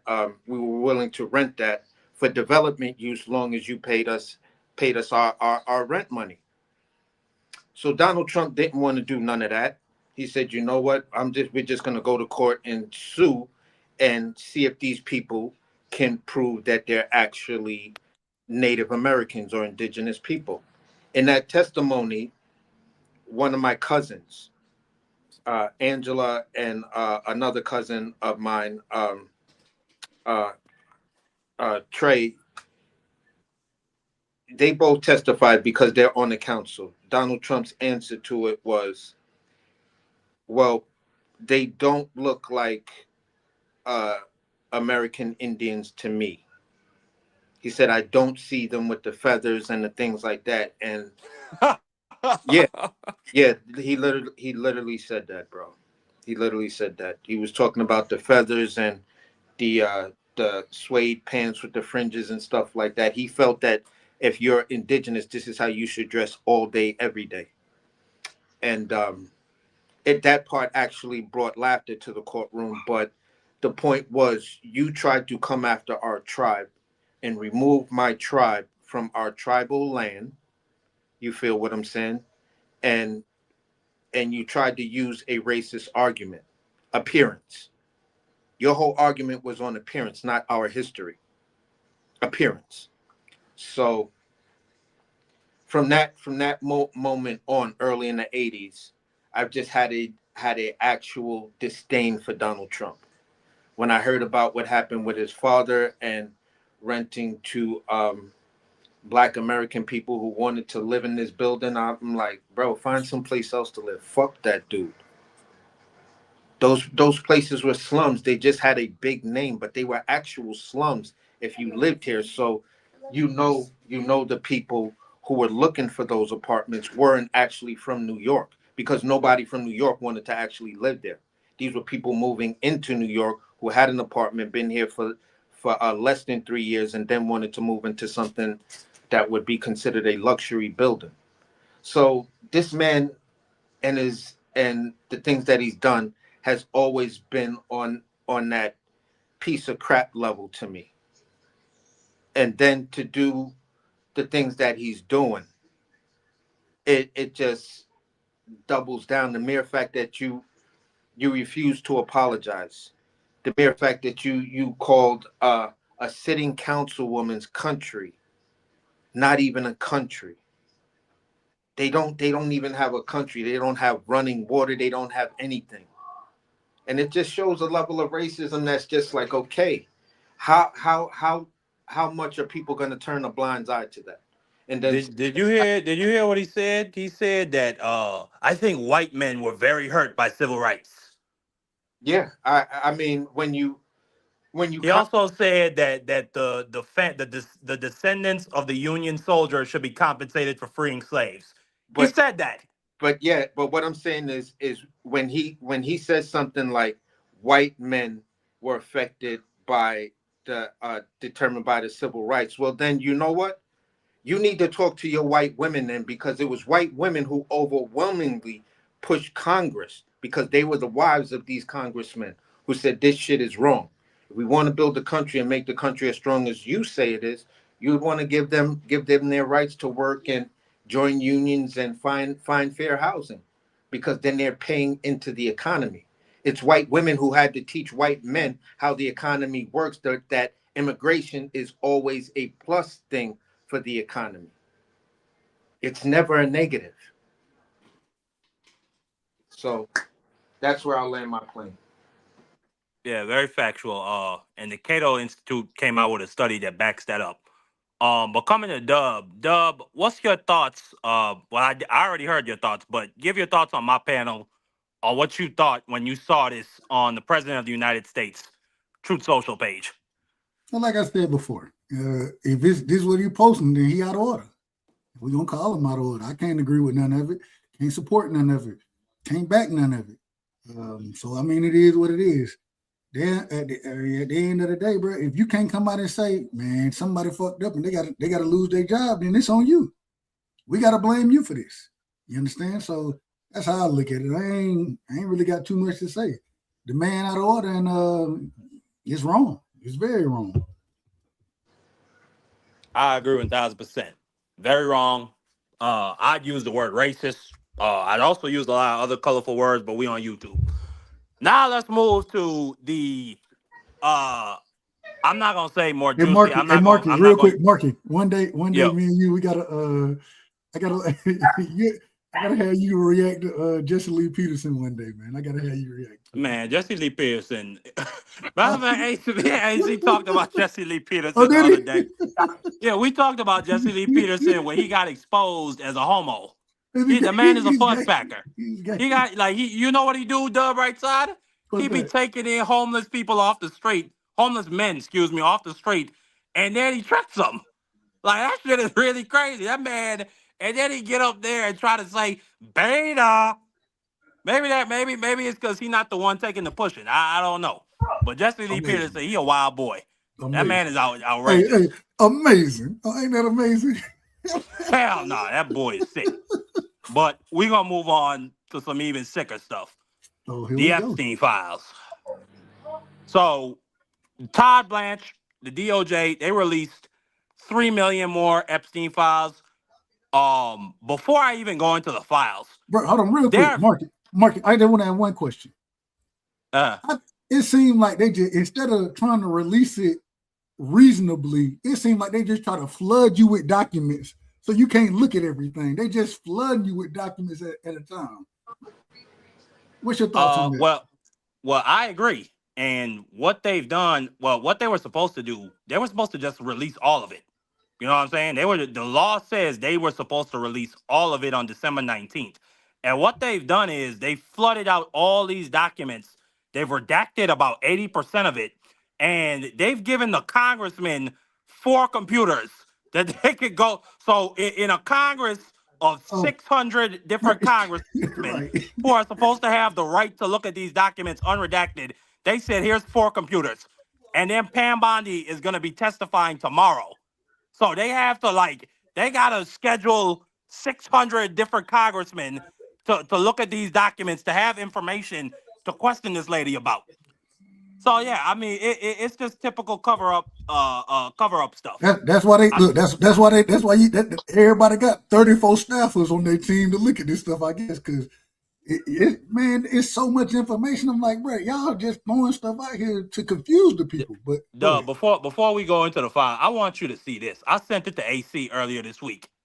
They found something in the Jeffrey Epstein prison video, something that we haven't seen for 6 years. And you said in the prison video? In the prison video? The one that they somebody said they in didn't an have? orange jumpsuit moving towards his cell.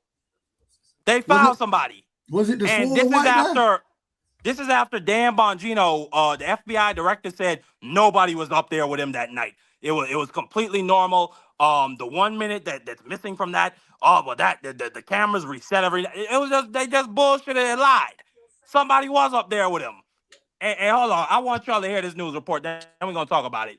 I got some more facts to show. CBS News has uncovered new evidence that appears to contradict the official account of what happened in Jeffrey Epstein's jail the night he died. We've studied surveillance video showing a glimpse of what may be a person in orange near Epstein's cell. FBI and Justice. Do you see that, Dub? No, do you see the orange? No, I don't know what I'm looking at. It's by the gray door, the last gray door on the left. And then next to that little red pole, you don't see that little glimpse of orange? Man, just put your what you call it. Yeah. I forgot I could do that. You don't see that? I don't know what I don't see a person. Logs refer to it. Is that a person? Authorities have insisted no one entered Epstein's cell here at night. And you see it moving, right? Okay, yeah, I see that. I see that. For many years, Scott. Good morning. What are we learning?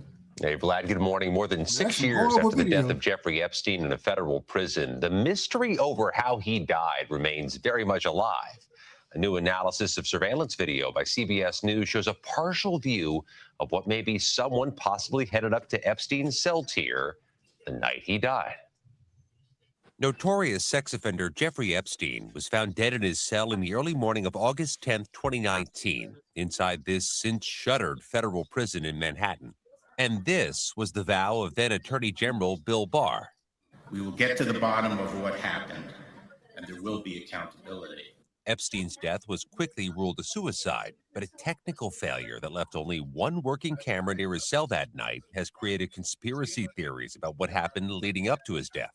At the time, the Attorney General said no one entered Epstein's housing tier the night of his death. But there's been scrutiny of a particular moment on the cell block surveillance footage where an orange-looking flash could be seen at 10:39 p.m. A report from the Justice Department Inspector General notes the flash, quote, "It is possible someone is carrying inmate linen or bedding up the stairs." And the final report refers to it as, quote, "an unidentified corrections officer." But now, newly released Justice Department documents reveal an initial FBI review of surveillance video on the cell block says the flash could possibly be an inmate. And independent video analysts consulted by CBS News say the movement was more consistent with an inmate or someone wearing an orange prison uniform than a corrections officer. And prison employees tell CBS News it would have been highly unusual to move an inmate at 10:39 p.m. Jeffrey Epstein was found dead at 6:30 a.m. the following morning. And last year, then Deputy FBI Director Dan Bongino insisted, "There's video clear as day. He's the only person in there and the only person coming out. You can see it." Bullshit. A separate CBS News investigation last year also cast doubt on how the prison preserved the crime scene and why Jeffrey Epstein's body and some object were moved before the FBI arrived. This does not change the assessment Epstein died by suicide, but these new details raise further questions. And by the way, what he said right there, the prison employees violated policy. When there's a dead body in that cell, you're supposed to leave it right there as a crime scene. You're not supposed to do nothing with that body. The most you could probably do is take him down from the noose. And that's about untie the noose so that his body could drop to the floor. That's about it. Other than that, you're supposed to preserve that crime scene. They didn't do that. They moved his body up out of there. And then we later find out in some other documents, they stuffed a van full of clothes and a fake dead body, like a mannequin, to try and confuse the media. But it's like, why are you trying to confuse the media? Why are you trying to confuse the media? Then Dub Right Side, I also sent this to AC. These folks drafted a statement on Jeffrey Epstein's death one day before he died. I'm not playing. This is the worst cover-up in history. August 9th, Jeffrey Epstein's body was found at 6 a.m. on August 10th. So he was supposed to be alive at this point in time on August 9th. Why did y'all draft this? And then the Attorney General, Jeffrey Behrman, about 11 months later, was removed from his position unceremoniously. This goes on top of the fact that just when you look at the physical evidence, you cannot convince me that they're saying that he took this this jumpsuit or this, I don't know, it's some article of clothing and tied it up, and then he attached it to the top part of this bedpost and hung himself. That just sounds like a bunch of BS to me. If you look at the actual bed, Jeffrey Epstein, there's no way Jeffrey Epstein hung himself from this bedpost. Unless he decided to hold his knees up and really go into that knot.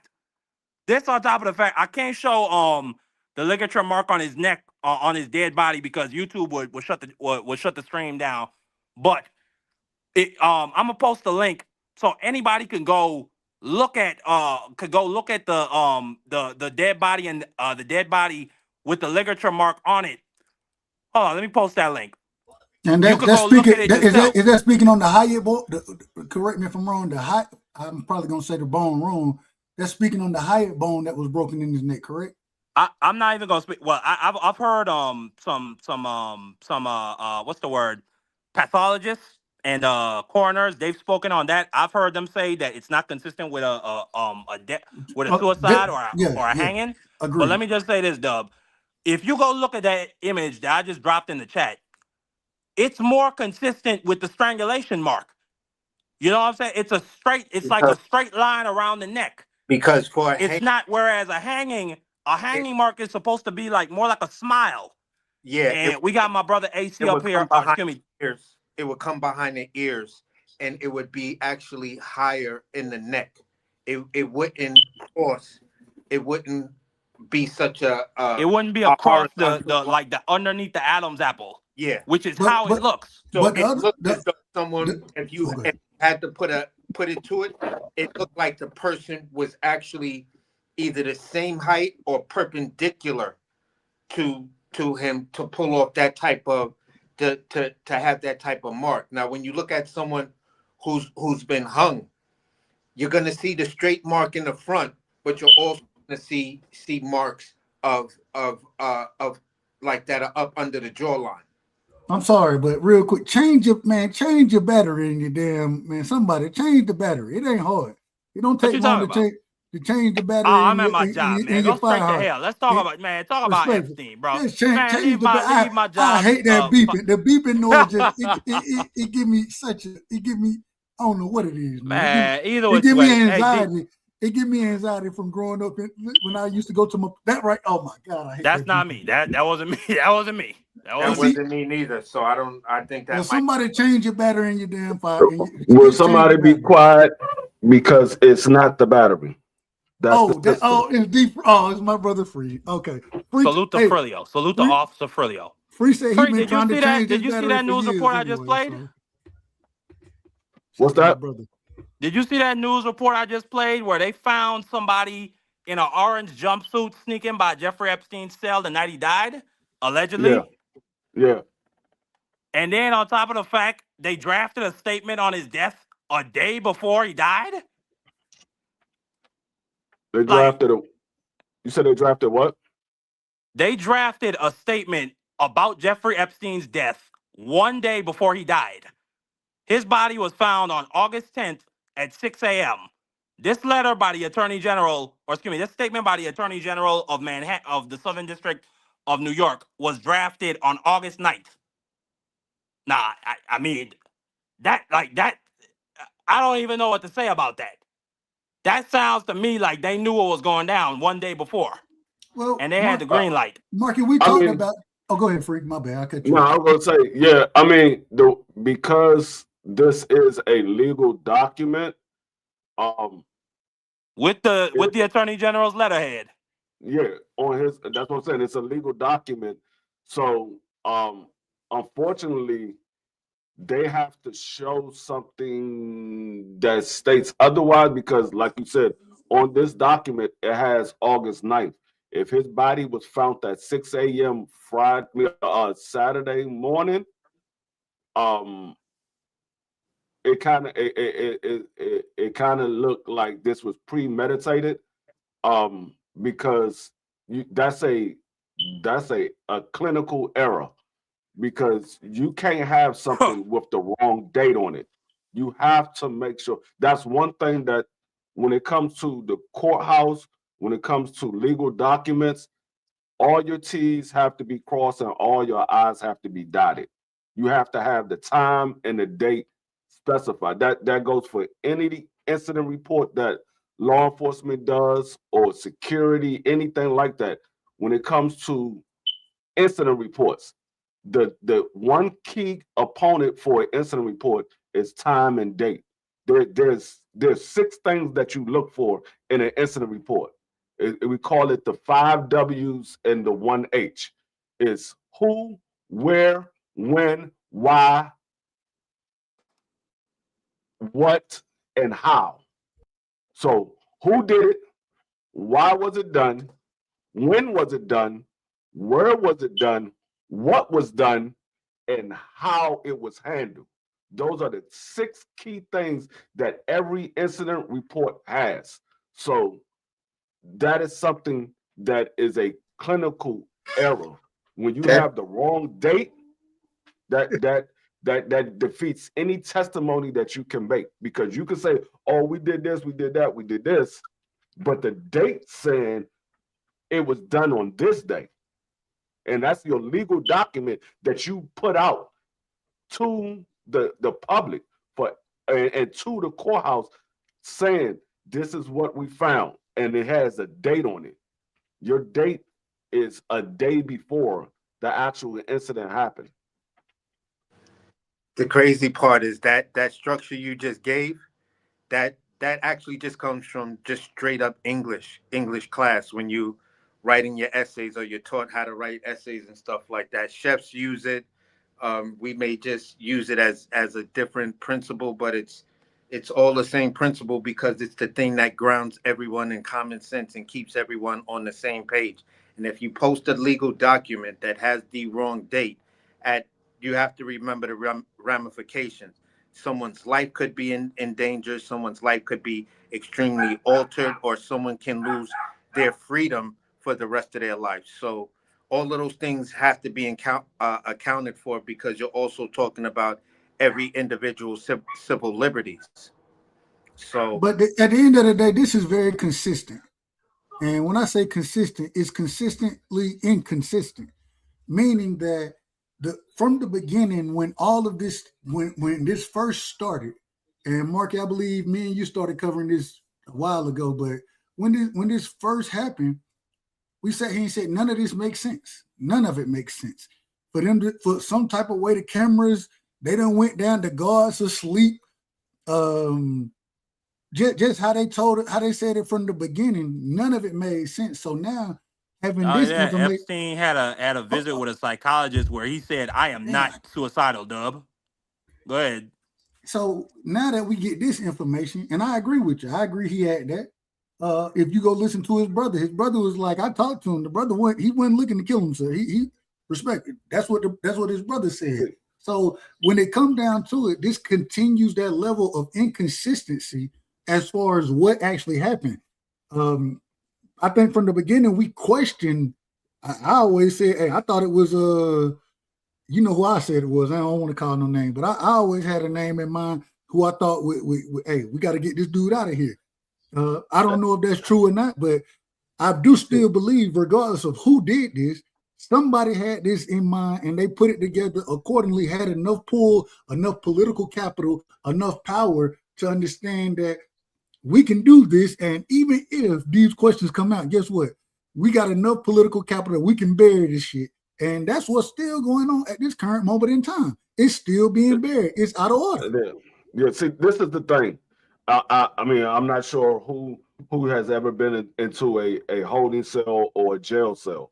I have. Those bunk beds is no more than like 5 feet 7 inches high from the top bunk to the bottom bunk. Unless you are 5'4" or less than 5 feet, it's virtually impossible for a man to hang himself from a bunk bed, because your human nature is going to make you stand back up. So it's going to make you stand back up. Go ahead, AC. So I've been locked up. And real quick, hold on, real quick, just to D-Free's point, natural, because like D-Free said, if you ain't 4'10", bro, your feet touching the ground, and naturally your body is not going to sit there and just allow you to hold your feet up the entire time and strangle yourself. You're going to put your feet down and stand up. We're not even concerned with the beds right now, because at the end of the day, I can't even damn. As a person who's been there, done that, I'm speaking from real life experience of being in a cell and having a bunk mate and having to go to the bubble, go to chow, stand up for count, and all of that. What I'm saying is this.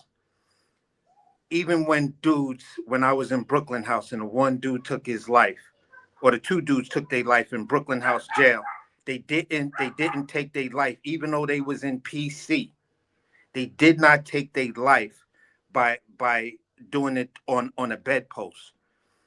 It's how one of the guards that we was cool with, because I worked in a medical jump off at the time, intake medical, basically he tied it up to the top part of the bars, put it around his neck, and just leaned forward. He leaned forward to a point where his hands couldn't touch the ground to try to pick himself up. So he plotted that out mathematically in some sort of way that as soon as he would fall and get to the end, it was going to snap his neck.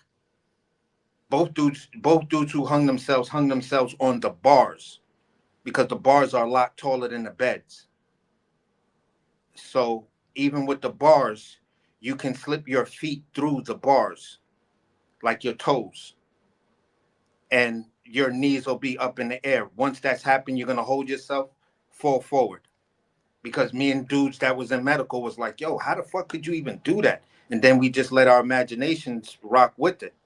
And then the CEO comes downstairs and he's like, man, I that's crazy. So at the end of the day, it's never going to happen from the bed. It's always going to happen from the bars. So for them to put it on the bed, that means no one actually knew how to stage a jailhouse suicide. That's basically a hanging. That's Absolutely. Well, I Absolutely. I'm think gonna come I to my think brother Boxer Scholar. Thank you for pulling up, bro. What's your thoughts on all that crazy information that has now come out? I think AC just exposed, what we already know about this thing is that it's number one, it's fake, and that the people that did it were rookies, incompetent, and we all know about this administration being incompetent. So, There you yeah, at this go. point, I don't think it's even a if or a maybe if Jeffrey Epstein killed him or unalived himself. Like it's a matter of who, and we all know who had invested interest um on Epstein. You know what I mean? Same person that keeps holding these files out and hey, we still talking about it. Let's just move on already. But yeah, I wanted to say this, man, because I didn't get a chance to pull up earlier. So I'm gonna say this, and I'm a what you call it? I'm a segue into what y'all were talking about earlier. So with the Bad Bunny stuff, I think the funniest thing about that, Marky Dan, is they spent like months and months and months telling us how woke the America was and why it's so lame for being woke, how they wasn't gonna watch it, and every single one of them had an opinion because their eyes were watching it, bro. Then they bought it and they streamed with bots, like you said, like views, and then try to make it seem like it was a big success. Like you can't make this up, bro. Like these people are they are you know what's crazy? I always hear people say fake outrage when we talk about the Epstein files. Oh, fake outrage. That's all the right has left is fake outrage. They're outraged and pissed off about everything. The Super Bowl, everything but the Epstein files, the pedophiles. Everything but that is outrageous for them. But yeah, man, I think yeah, we're gonna have some more startling discoveries in this case, market. And this is just the tip of the iceberg. And because this administration is incompetent to where they can't even stage a suicide, right? These are like millions and millions of files. They're gonna make a mistake too, and we're gonna find out something that they don't want us to know. Absolutely. We're gonna move on to some of the new things I found just going through the files myself. Some of these things are just straight up satanic. Like it is straight up satanic. I'm gonna show this picture for 1 second, then I'm gonna take it off the screen. So this is a child that is tied down on the ground. And there is a document that is describing what is being done to her. It essentially says that white females of really minor age were tied down to the ground, forced spread eagle, and then Jeffrey Epstein and his pals would just be burning the hell out of them with a magnifying glass. Like that's just like, and that's just a taste. We then go on and we find this compiled list of FBI complaints and tips against Donald Trump. And I can't even find a clean way to talk about some of that stuff. At one point, it's talking about Trump was holding an auction at one of his mansions and was auctioning off little girls, and he was essentially testing the quality of them with his fingers. That's like go into this complaint. it says complainant following up after a call with the NYPD officer regarding her previous tip, reporting that she was forced to perform acts when she was a minor and became pregnant in 1984. Complainant also reported there were high-profile individuals involved in her sex trafficking and the murder and disposal of her newborn child. Complainant reported Donald Trump participated regularly in paying money to force her to perform sex acts with him, and allegedly Trump was present when her uncle unalived her newborn child. So and then it goes on to say right there next to it that the FBI never made contact with this girl, and this event apparently happened in 1984. So this tip alone, it's accusing Donald Trump of of not only having relations with a minor, it accuses him of being present and party to a murder of a little child, a little defenseless baby. Another one I just pulled, it says caller was taken by boat to Epstein Island. Caller said it was complicated and involved Jeffrey Epstein and Ghislaine Maxwell. Caller became a school counselor and had a meeting with the school principal, Linda Kitts, and a police officer where the caller was informed there were pictures of herself with Epstein. Caller reported the school was mad at her for not being a Trump person and that the school wanted her to testify and say things against Andrew Cuomo. It then says the FBI and Donald Trump were on the phone during the meeting.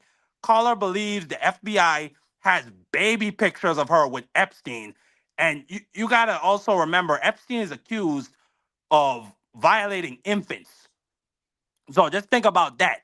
And then you possibly have a New York State crime in here because revenge porn on any level is a felony. And I think you could get up to 15 years in prison in New York State.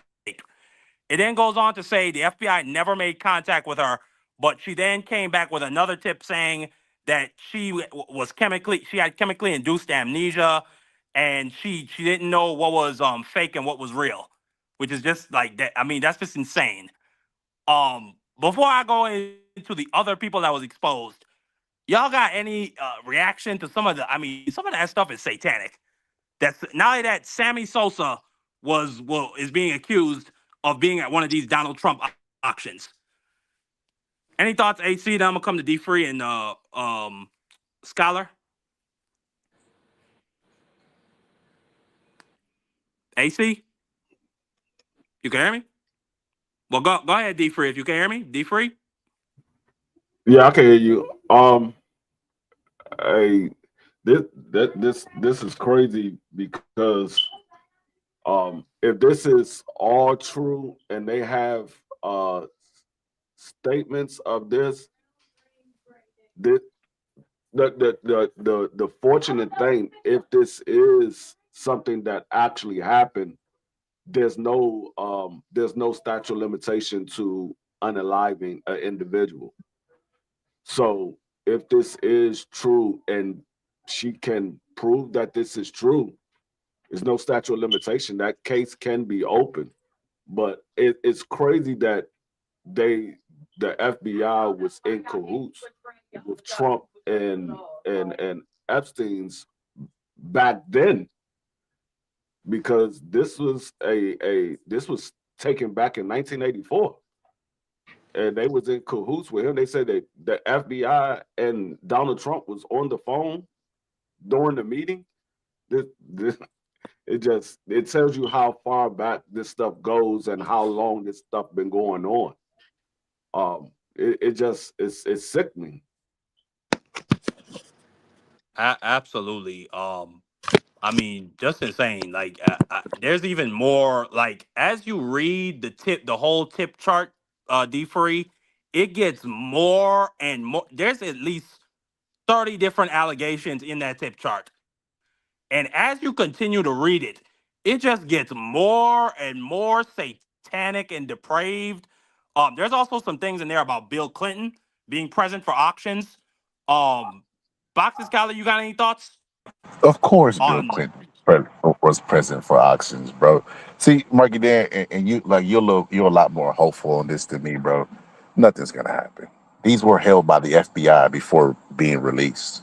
so they're aware of all of these things. Like, it's being released to the public. It's insane. I mean, I don't expect that anything is going to happen to Bill Clinton or Donald Trump or really any of these people. I just want to talk about it, and they don't want us to talk about it. So that's what I'm finna do. But AC, is your mic together? I think I personally think the ramifications would be any sitting president, if you're involved in this, this is definite grounds for impeachment, or definite grounds for your party to immediately implement the 25th Amendment to just remove you. You know what I'm saying? But with this feckless Republican Party, it's just not going to happen. Will we see criminal investigations about it? Nope. I honestly, at this point, don't think so, because you have, when all of this stuff is now legal to come out, you have the wrong people to actually handle that, because they can start redacting shit, you know, and start even going after the original copies. So you'll never know. You know what I'm saying? This shit could just disappear or go in like people have the deep conspiracies about Roswell, about the Kennedy assassination. This is going to go down in that, and it's going to be conspiracy theories and just the little bit that we do know, and everybody's just going to be putting shit together. Now, does it directly implicate Donald Trump in a lot of nefarious, fucked up things that should get him removed? Absolutely. Does it implicate Bill Clinton of being within that circle? Absolutely. You know what I'm saying? So at the end of the day, for the way I feel, like Bill Clinton and some of these other people, I really don't care. You know what I'm saying? I care about who's in charge now. If you're in charge now and you're related to this stuff, you need to be removed from office. Hands down, point blank. I don't want to hear no ifs, ands, or buts about it. I don't want to hear whose side, whatever. And then when you put it to me and text me and told me that, yeah, Plastic was on Epstein Island, I was doing my best to try to get Plastic, you know, her mulligan, because I just loved her great work on how she handled the impeachment. But at the end of the day, if some of these implications about you having these other relationships with Jeffrey Epstein outside of just him being a character witness, then lady, you burnt that bridge. For those of you who don't know who Stacey Plaskett is, that's the delegate to Congress for the Virgin Islands. So I actually voted for her a couple of times. And not only that, AC, I spoke to my mother's mentor who gave her a shot 30 years ago. And then he sent her to school to be a lawyer. He sent her to Thurgood Marshall to get her a Juris Doctorate. He told me that he knows from a very good source that Stacey brought her husband to one of these parties and forced him to dress up as a woman to prove that she owned him. And that's from a very reliable source And that I heard that from. Like, that's where it's just like, for me, I can't, that's where I draw my line. I respect the work that you did during here, but if you're involved in all of this other stuff, that's just weird and not within any sort of way that I condone myself. I act around children how I view children, or anything. It's like, nah, you disgust me at a level that's just like, you can't be in my presence. Because if you're in my presence, I'm honestly gonna say there's a good chance that you will come upon physical violence. Because I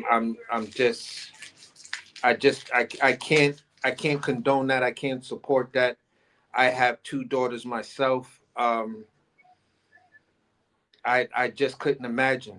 Like, I just couldn't imagine if this was going on right now, and this dude Jeffrey Epstein was walking in the street and someone told me, or I found out my daughter came and told me that this dude did X, Y, and Z, Jeffrey Epstein is not seen this weekend. He's not. And Point any blank. rocking with him is not seeing the following weekend. Because I will track you motherfuckers down and I will end all of you pieces of shits. Because if I don't do it the minute you go to jail, they're gonna do it to you if dudes in jail are still acting like, the great movie Short Eyes. Again, those who don't know about that movie, go check out Short Eyes, how the jail systems used to deal with these type of crimes. So that's where I'll land that. Absolutely. And my brother Ross Nati, who's from where I'm from the Virgin Islands. You got any thoughts, Ross Nati? We went through a lot while you weren't here, but we went through some new evidence that Jeffrey Epstein did not kill himself. There's a statement put out by the DA saying that literally a day before he died, stating that Jeffrey Epstein unalived himself and that his body was found hanging. We also then through the release of the files, we have all these new tips and complaints against and allegations against Donald Trump. There's this one that states that he had a 13-year-old doing acts to him and that he was present for the murder of her newborn child. There's also this one stating that he blackmailed a lady with some images he had of her as a child with Epstein. And we were just discussing Stacey Plaskett getting exposed for having gone to Epstein Island. What's your thoughts on any of that? Naughty. I don't know what Naughty got going on, but we'll come back to you later, Naughty. More interestingly, there's another person from Trump's cabinet that's been caught, AC. Howard Lutnick, or Howard Nutlick, however you want to say it. This is the Commerce Secretary. Okay? This is the guy who's in charge of giving Trump advice about Palacio. tariffing the entire world. What you say, I Boxcala? I was trying to guess what you was gonna say. You said giving Trump. I thought you was gonna say fellatio. Oh, no. No. We know who gets what from Trump. We already know. We already know Trump is the giver. You know what I'm saying, Boxcala? We already know what that is. But Howard Nutlick, he came out and he said, the last time I spoke to Jeffrey Epstein was in 2005. Jeffrey Epstein is an evil man. He's the worst blackmailer of all time. Da. Anybody who associated with him after that date is disgusting and depraved and should go to jail because you knew what was going on. So it came out he went to Epstein Island in 2012. Yeah, I seen that. And I seen that. it's right there in black and white. He emailed Jeffrey Epstein saying that he landed in St. Thomas on Saturday, and then he took his wife and his children and another couple over there to Epstein Island. Now listen, even if he didn't do anything illegal with some children, you knew what was going on. There's Yeah, no way you didn't know what was going on at this point in 2012. he set the And bar. then He said that everybody that went there knew what was going on. Only we didn't know that he was one of the people that was going over there that knew what was going on. There you go. Then, Boxer Scholar, it just so happens these disclosures, the DOJ put a knife in this man's back. Literally, 1 week before he has to testify under oath before the Senate, they're going to release these documents. And Chris Van Hollen, the senator from DeFree State, Maryland, absolutely skewers him. Thank you, Mr. Chairman. Secretary Lutnick, as I said in my opening statement, Nutlick. You led people to believe that you had cut off all contact with Jeffrey Epstein after the 2005 encounter you and your wife had in his apartment. But as I'm sure you know, the Epstein files show a very different I want y'all to see how uncomfortable he gets. Why do the Epstein files? Because these MAGA people, when they come before our Congress, they have all this smugness. Like, who the F is this guy? How dare you even ask me that effing question?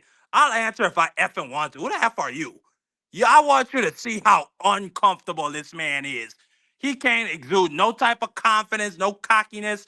He's under the fucking knife. Show you coordinating a meeting and planning a visit with Jeffrey Epstein on his private island in December 2012. Thank you for the question. I'm glad to be here to make it clear that I met Jeffrey Epstein when I moved to a house next door to him in New York, right? And I met him then.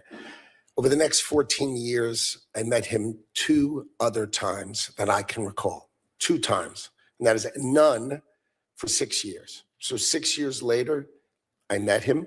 And then a year and a half after that, I met him and never again. Probably the total, and you've seen all of these documents, of these millions and millions of documents, there may be 10 emails connecting me with him, probably about 10 emails connecting me with him over a 14-year period. I did not have any relationship with him. I barely had anything to do with that person. Okay? Secretary Lutnick, Nutlick. I think you understand the root of concern here. It's the way you described very emphatically your first encounter with him in his apartment, said you were disgusted, would never have any contact with him again. Did you, in fact, make the visit to Jeffrey Epstein's private island? I did have lunch with him as I was on a boat going across on a family vacation. My wife was with me, as were my 4 children and nannies. I had another couple they were there as well with their children. Snitching on We had everybody. lunch on the island. That is true, for an hour. And we left with all of my children, with my nannies and my wife all together. We were on family vacation. We were not apart. To suggest there was anything untoward about that in 2012. Marky Dan, pause it real quick. I don't recall why we did it, but Bro, Yeah, what you guys a say? family vacation to Jeffrey Epstein's island, even if it's completely innocent, to know what's going on there, to set the bar of, well, if you're there, you definitely know what's going on. Like, bro, he digs himself in a bigger hole. He should have just went up there and been like, Fifth Amendment, I like to take this time. 1, 2, 3, 4, feel. Bro, that's what he should have did, bro. Because he is my nanny, my butler. Bro, he just snitching, bro. He panicking. No, but No, I was about to say that. I was about to. Go ahead, I was about to say, yeah. When a high price family, they have a nanny. When you take your nanny to a vacation with you, that nanny is not on vacation. That nanny is working. So you have that nanny there to watch the kids while y'all go do whatever y'all want to do. The nanny is not there for a vacation. You don't take the nanny there for a vacation. You take the nanny there to keep the eye on the kids. So if you knew all of this stuff goes on at Epstein's Island, or there was rumors of all this stuff going on at Epstein's Island, why would you take you, your wife, your kids, and your 2 nannies to Epstein's Island? Why would you do that? That's not somewhere you say I'm quote unquote going on vacation to. But like, even like, You don't see the man. I would have had enough self-respect to resign before this, like before they call me to testify under oath, and all these new emails are coming out. And we don't even need to listen to the rest of this. I mean, it's just absolute BS. And I mean, he just gets skewered. You can see how uncomfortable he is. Then we get to, hold on, my bad. I just wanted to show this. This is the ambassador to the U.S. for Britain, Peter Mandelson. I think Mandelson. I think that's his name. This is him in his underwear with an Epstein victim. And then we also know from the birthday book he's on the Epstein friends list. He had enough self-respect to resign. Mandelson is definitely a perverted name. Like, even before you show this picture, like, Mandelson sounds like a name that would be in there. So is what's the dude's name? Nuthugger. Like, yeah, these are like typical, like, bro, these are typical Epstein names, bro. Like, like Bubba, you know what I mean? Just like, yeah, this is a freak show. Bro, but like my whole thing is, Dr. Scholar, if you knew that that email existed, if you knew before you came to this hearing and you had to testify under oath, why not just have enough self-respect to resign? Like Mr. Peter Manderson in this photo right here, who's in his drawers with an Epstein girl. You know why, Marky Dan. You know why? And listen, I don't want to get your channel in trouble. We talk about Man, say it. it's because it's culture. It's culture now. Like the Oh, reason why yeah. these dudes are so like absurd that everybody else is absurd is because it's culture. Look at Kid Rock, what he said, and look at where he was. He like and I'm listening. Both parties have elitism, but we're starting. Why is every guy in America waiting for these chicks to turn 18? I mean, you know what I say? There's grass on the field. Play ball! Play ball.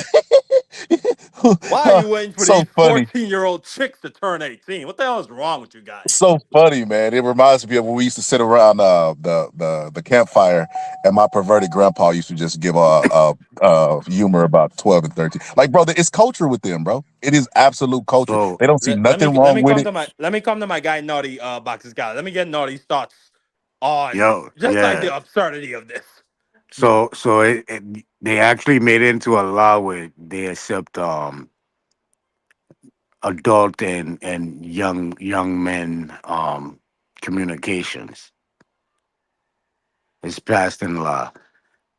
So it's also passed in law called something called a Mann Act to divert you from these type of activity or anything close to these type of activity. Yeah, immoral acts. Right. So they already degenerate and approve of the degeneracy. They even have places where I think it's what they call the four corners between Utah, Arizona, Nevada, and thing. I think it's something like that, where you can actually live and practice them type of thing, where the four different borders don't. When you like in the middle of it, they don't really fuck with you in that area, so they allow you to do certain things over there. It's part of their culture now. So we have to just, Jesus. realize it and come up out of them type of things and way of thinking for them people. Like I said earlier, man, I don't promote them talk. I don't watch them sports and all them thing. I try to separate myself from them people type of activities, man. Cause it's wicked. It's wicked. You can see it. Look at this Absolutely. man. Look at this man in the fucking Michael Tidy Jordan. whities. Yeah, Michael Jordan tighties. And what the girl is a young girl. That's how come they hiding her face. Yeah. See I'm what I'm he's saying? I'm in total agreement with you, and I just try to. For me, I would probably say my personality is more of a doer than uh, a talker. I spend a lot of time of thinking, and then I just go do it. You know what I'm saying? And where I'm at with it is just that there is just no way you can support this type of stuff, and if people were really, really, really, really on it when they were trying to sell everybody, we're gonna release the Epstein files and this. I was like, are y'all? They're joking, right? Because the one person who the Epstein files is not going to work out well for is Donald Trump. Why are you campaigning on this? And why are people saying that, yeah, we're going to vote for Donald Trump because he's going to release the Epstein files? It's No, like, if you remember, AC, Trump bro, didn't really he was non-committal on the Epstein files. When they asked him, they said, "Will you release the Kennedy files?" Yeah. Will you release the MLK files? Yeah. Will you release the Jeffrey Epstein files? Yeah. I yeah, don't know but what about I'm that saying one. I don't was, know about he that one was, so much. There's a but lot the of fake point stuff is, in there, and a but lot the of people point could is, get hurt. you brought in all of these people. You brought in Pam Bondi. You brought in Cash Patel. You brought in the Christy Gnomes and all of these other people that were like, yeah, well, you goddamn right. We're gonna release the Epstein files and bring down the Democrat, rings and blah blah blah blah blah. Pizza. It's on my desk. Pizzagate and all of that stuff, and it's just like, okay, All of you people who are saying you're talking about Donald Trump and you're saying you're gonna vote for him. Okay, why don't you go back just 10 years or so and look at the relationship between these two guys and just look at some of the articles, especially. But I think people didn't want to pay attention to a lot of the stuff because a lot of that Epstein stuff was coming out in things like the Inquirer. The Inquirer was on it every step of the way, trying to bring light to it. That's pretty much why you don't see the Inquirer like that no more, because Donald Trump made sure that that paper is gone. People tend to forget that mega ass lawsuit, his first term, to get rid of the Inquirer. So at the and he sued the Inquirer because the Inquirer wouldn't bury stories, bad stories about Donald Trump. So at the end of the day, bro, like I said, if you were following all of this stuff, if you were really knowing what was going on with the Epstein files and all the people who were involved in it and things like that, then you would have said, no way am I voting for Donald Trump, not once or twice. I'm not going to vote for that dude. I know what that dude is. But it's like, my thing is like, even without the Epstein stuff, you should be like, a person with common sense should be able to look at Donald Trump and say, okay, if this dude isn't an outright sexual predator, at the very least, he's a creep. Bro, like outside of like his association with Epstein, he's been accused of rape by 25 different women. He says that he likes to walk up to women and grab them by the you-know-what. He was civilly adjudicated as a rapist for what he did to E. Jean Carroll, grabbing her by her you-know-what. His own wife, Ivanka Trump, accused him of violently assaulting her and raping her back in 1991 in a sworn deposition. And that's what prompted the Supreme case. Can a wife take her husband to court for rape? And it was unanimously voted that yes, even though you're married, you still can go to jail for raping your wife. That was the case that made that happen. The point I'm saying is this. Regardless, even if you take that type of stuff, the grapes and things like that, it then becomes mute because the Me Too movement had its high point and then it died in an abysmal attempt that put many women in the category of, yeah, prior to this Me Too thing, I would have probably believed you, but now to look at some of these cases and now these women is coming out and it really didn't happen like that. That's when Donald Trump makes his big political splash after the Me Too movement is already under fire. So even if they find this stuff up about me, hey, guess what? It's still on the backs of Me Too, so I ain't worried about it. That shit's gonna go. But this other stuff, the children stuff, no. If that stuff would have came out, you know what I'm saying, or any relations to that, and doubled down with this, they'd have been like, this dude is just hands down, no matter what age group you looking at, he's just a deviant, and we cannot have a deviant in the White House. Period. But 1000%. Moving on to another person who's been getting exposed, Elon Musk. So if everybody remembers, Elon Musk was actually the one who kicked the beehive and started this whole firestorm when Donald Trump kicked him out of the White House, and he essentially hit the self-destruct button. And he said, here's the big secret. Donald Trump is in the Epstein files, which we all already knew. They were trying to allow us to just, allow what the Trump usually does, which is let the news cycle eat away at itself. Just throw a bunch of distraction at these people. They'll forget about that stupid shit Pam Bondi said about having the files on her desk. And then Elon Musk kicked it up 1,000%. But now we find out, as you can see right here, Elon Musk was in regular contact with Jeffrey Epstein. Here you see, he's saying, somebody for Elon Musk is asking, somebody for Jeffrey Epstein is asking Elon Musk if he can attend dinner on the 23rd. I don't know why their names are redacted. That's another question Pam Bondi should be asked tomorrow. It then says here, Dear Jeffrey, did you have dinner with Elon Musk and did he explain to you my proposal? That's Sultan bin Salayem, who owns the largest shipping container company in the entire world. Literally 1 out of 10, shipping cargo containers or cargo ships that you see crossing the ocean is owned by this man. And essentially, Epstein was connecting the two, was connecting Elon and this man. It then goes on. It says, "Are you in New Mexico?"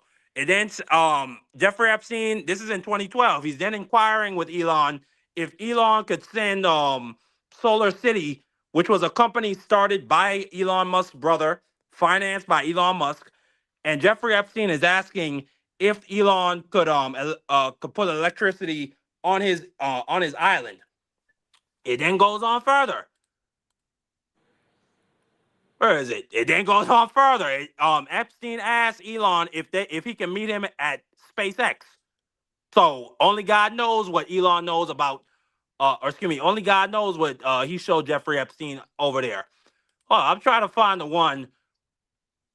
I'm trying to find the one where Elon was begging to go to the island. Here it is. Yeah, I'm so sorry, Elon. You just missed Jeffrey Epstein. It says we're winding down the entire Little St. James operation.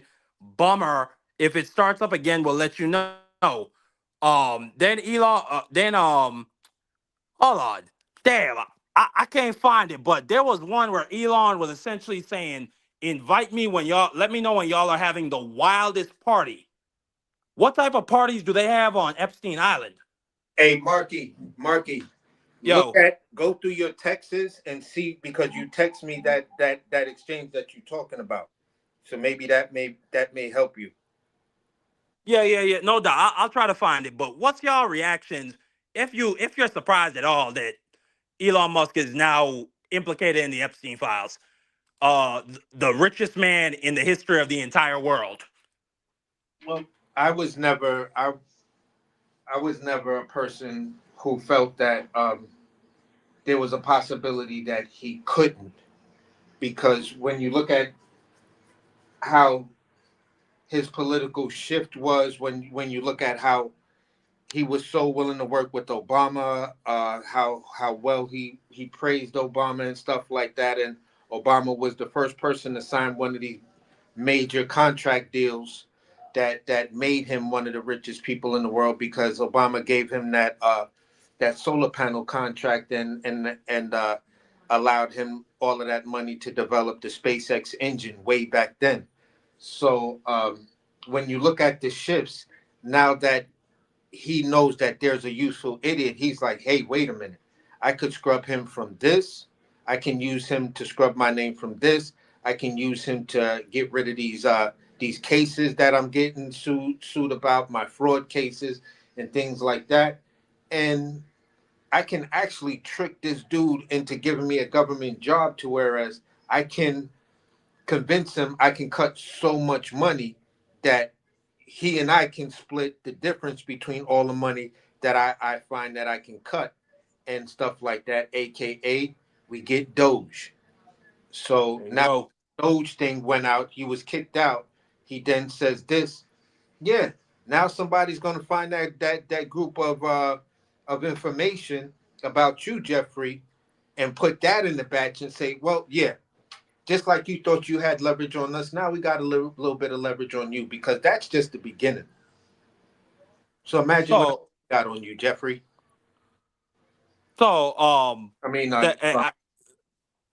Free, you got any reaction to Elon Musk, the creep we already knew he was, being involved in this? Before I go to the final piece of information I found that really just blew my effing mind. I mean, if you look at Elon, would you not think that he has something to do with it? Absolutely. He looks He's like an a creep. typical guy that would have something to do with that. I mean, I'm just looking at him. He looks when I like first see that man, when I first see that man, he looked like a demon to me. Yeah, I'm not surprised at all. That man looked like he belonged on every movie that ever possessed a demon in. He's a typical guy. His face is a typical face of a demon individual. So I'm not surprised at all. Any reaction, Nodi, before we move on to this final piece of information? No, Then we no, move on no, to the no. final topic. How you get all this thing here, Vance? I looked through the files myself. Oh, The yeah? files is up on the DOJ website. I did all this research myself. Oh, it's on the website. Okay. Salute to Tommy Hill. Tommy Hill, you got any reaction to some of these things I put forward about No. Howard Nutlick or Jeffrey Epstein? Oh no, everything you said and everything you showed was spot on. Matter of fact, my last two comments in the chat summed up everything you pretty much said. But what I came up here to say, because we got fellow countrymen up here. I was gonna say, my man Ross Nadi, encourage your good brother from your land to speak in the native tongue, bro. Tell him not to do the Americans do. Tell him to continue to talk in the native tongue, dog. And put some He respect on the got it, culture. man. That's who he is. I mean, you got to be versatile when you're moving around. Man. Hey. Around his kinfolk, he need to keep it 100. We have a lot of iguanas and some chameleon too. He told me about the that. island, some chameleon too. Now you see now, you done fucked up, you know that, don't you? I see what I'm saying. I thought. No, so, you know what I'm saying? That you done fucked up now, you know that, don't you? Man, hold on.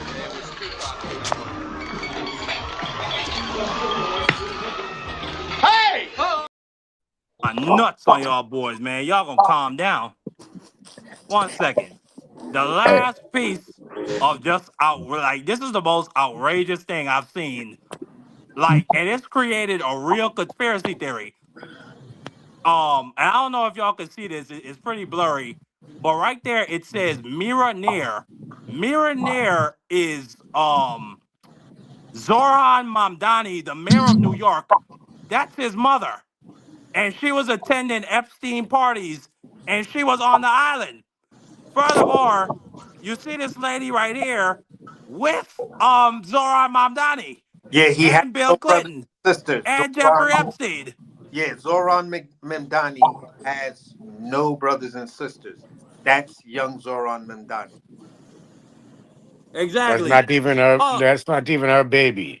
That's a kidnapped baby. That's Hey, no, her baby. I would believe that. I would believe that. I got another one. Hold on. I got another photo. Oh, this broad bring a baby everywhere. This is her in a little swimsuit with Epstein behind, and Zoran, you can see he's even younger. And it looked to me like Epstein is leaning into that bumper, if you ask me. Furthermore, this is sparked, I really think there's a chance Zoran Mamdani might be the love child of Jeffrey Epstein. Yo, on that last picture, behind her like whiny, and that boom, whiny. For real, bro. Like, nah. No, somebody. Look at that. And she's so happy. Not only that, look at that. I can see a resemblance. I wish I can't find a picture of Zoran's father. He don't look nothing like his father. At all. The whatsoever. nose, the cheek right there, yeah, all of them. Even the look, watch it. Go back to the dimple now. You the see the dimple nose? in the same, yeah, the one. Bro, let me ask y'all this. And then, hold on, one more thing. In the files, there's a tip that Epstein has secret children. Yeah. This is a real thing. That's why I've been calling them Zoran and Donnie. Yo, the Majority Report will not write one comment. The fact that I keep every video, I put it up there. Like, why y'all not talking about Zoran Epstein Mamdani no more? Why y'all just stop talking about this dude? Like, what happened? What happened? Y'all don't want to cover the fact that he brought back New York and he's saying he brought back that. Y'all won't cover Zoran Epstein Memdani no more. Listen. Hey, you know what? What's starting to come to me very clearly. You remember they Bro, used Free, to this is like a always, movie. you know what they used to always say there was a secret society. It's Yep. coming out now. We know what the Yep. secret society is now. Eyes It's starting wide to come shut. out because a lot of people was in this daggone Epstein file. Yeah, you know who else had a documentation of sudden stuff like that too? Heidi Fleiss. She had a record full of these Mickey Freeze. Yeah, but here's where I'm at with it. Marky texted me twice of two different pictures of Stephen Hawkins. Yeah, Stephen Hawkins was on the island too. Yeah. You already know there's going to be a documentary that's going to come out. Once all this stuff is said and done, the crippled man, the What is wheelchair man. doing over there? Huh? 20 years from now, Free, whoever gets the rights to it, bro, I can't wait. When we got all the facts together. it's not even going to be 20. It's not even going to be 20 years from now. It's going to be soon as this case is over. It's going to be a documentary that's going to come out. I give it maybe a total of 2 years after the case is over. Once this case is over, I say about 2 years later, there's going to be a documentary that's going to come out. There actually is no case, so probably it's once this administration is gone, that shit's going to hit the fan like immediately. You feel what I'm saying? Because there's no open investigations. All the people at DOJ, they're not opening any investigations on nobody.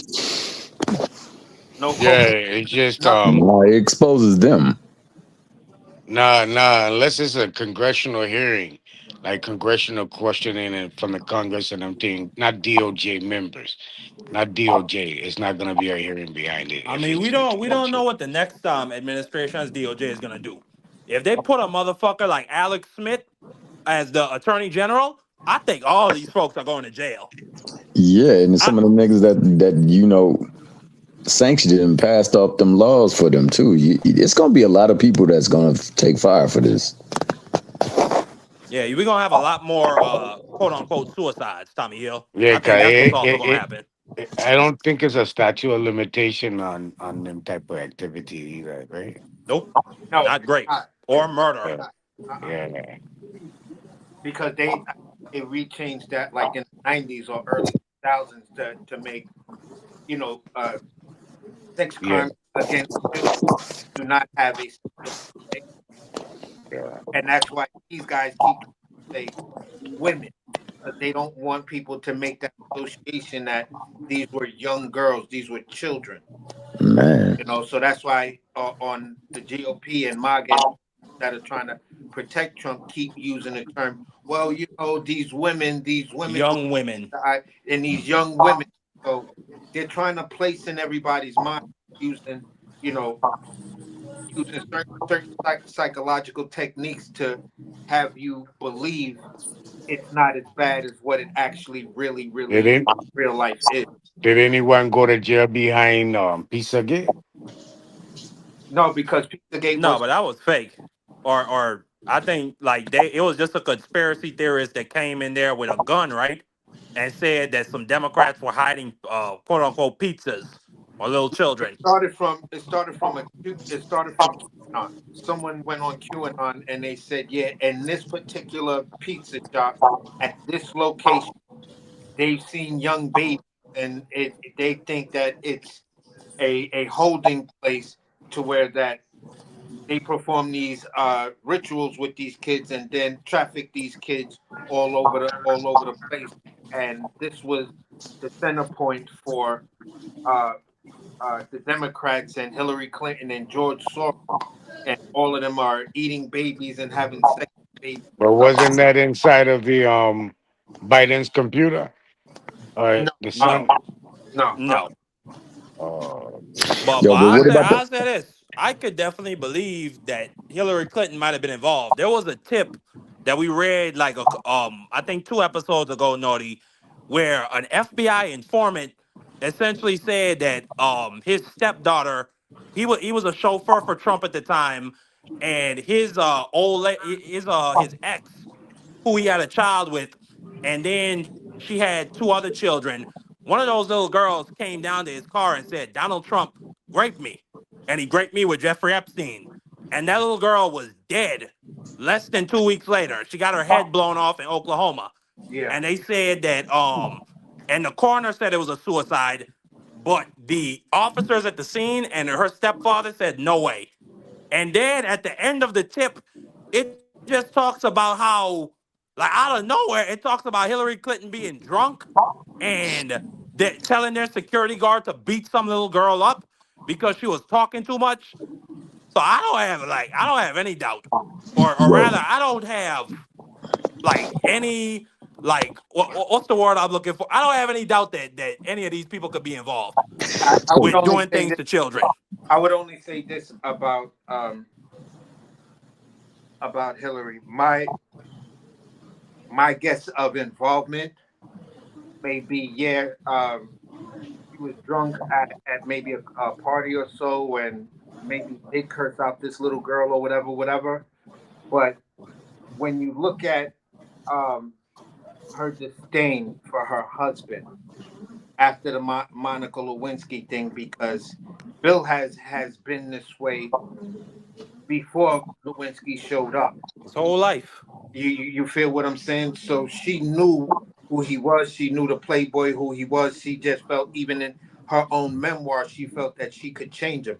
In her own memoir, she spoke of all the different times Bill Clinton cheated on her, as she despised men that he chose to friend. You feel what I'm saying? She despised the fact that he was close, like Bill at one point was really, really close with Donald Trump. She despised the fact it was Bill, Donald Trump, and Epstein hanging around for a while. You feel what I'm saying? These were things that led to her separation. Like, she was just like, no, I'm done with this dude. I don't want my name to be a part of the stupid shit he may go down for. But that's why she walked away. Now, if it was anything prior to her walking away, you can give some plausibility to it. But I don't remember the exact date of when she actually walked away. But from that day on, you can probably say she can wash her hands of that situation. Prior to that, I can't. I think that shit, and I'll let you go, Tommy Hill. Then we're gonna move on to the final topic of the night. But I think that Bill was her political lifeline, because nobody really fucked with Hillary Clinton. Like, nobody really fucked with her. I mean, there might have been a segment of people that voted for her as like a third-party candidate, but nobody really fucked with Hillary Clinton. She got her start being attached to her husband. And her thing with Bill is like, that's like her castle. Whatever it was, Monica Lewinsky, whatever scandal, whatever broads might have came out the bush, she understood that her and him were attached at the hip for life, regardless. And if she got a divorce, or if she ever came out and admonished him for those things, like, that would be her own little political suicide. So I think she knew. I think she knew what was going on at the even if she wasn't involved. AC, I 1000% believe she knew what was going on with Epstein and them. You can't be a wife and not have suspicion. You feel what I'm saying? But can you prove those suspicions? That's a whole nother area and stuff like that. But I'm only saying this. Be quick, then. Now I'm gonna go to Tommy Hill, and then we're gonna go to the last topic. Go ahead. Political ambitions make for strange bedfellows, and that's where I landed. Any final words, Tommy Hill?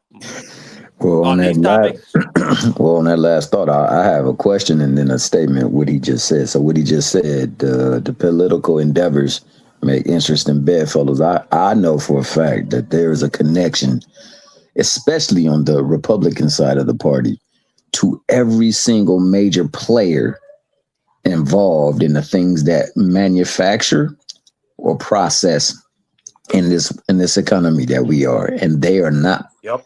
happenstance that these people come together and they now I don't know if that factors in with Bill Clinton and who he ended up lining up with, but most of this is arranged, and they're arranged from a certain sect of food.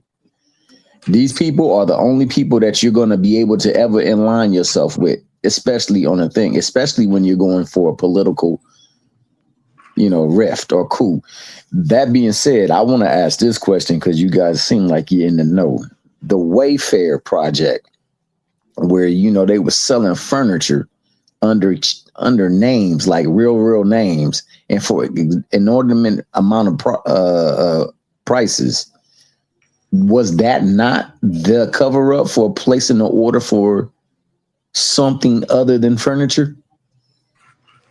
I don't know about that. You gotta inform me on that, Tommy. Because I remember seeing, because Wayfair used to have these furniture sets or like cabinets or things like that, and they would name them names. It would be like Tiffany. They say I just looked it up. They say that's another QAnon conspiracy started by Reddit users. I mean, I wouldn't. At this point with some of the shit we've seen, I really wouldn't be shocked if that was true, Tommy. I'm gonna just be honest with you.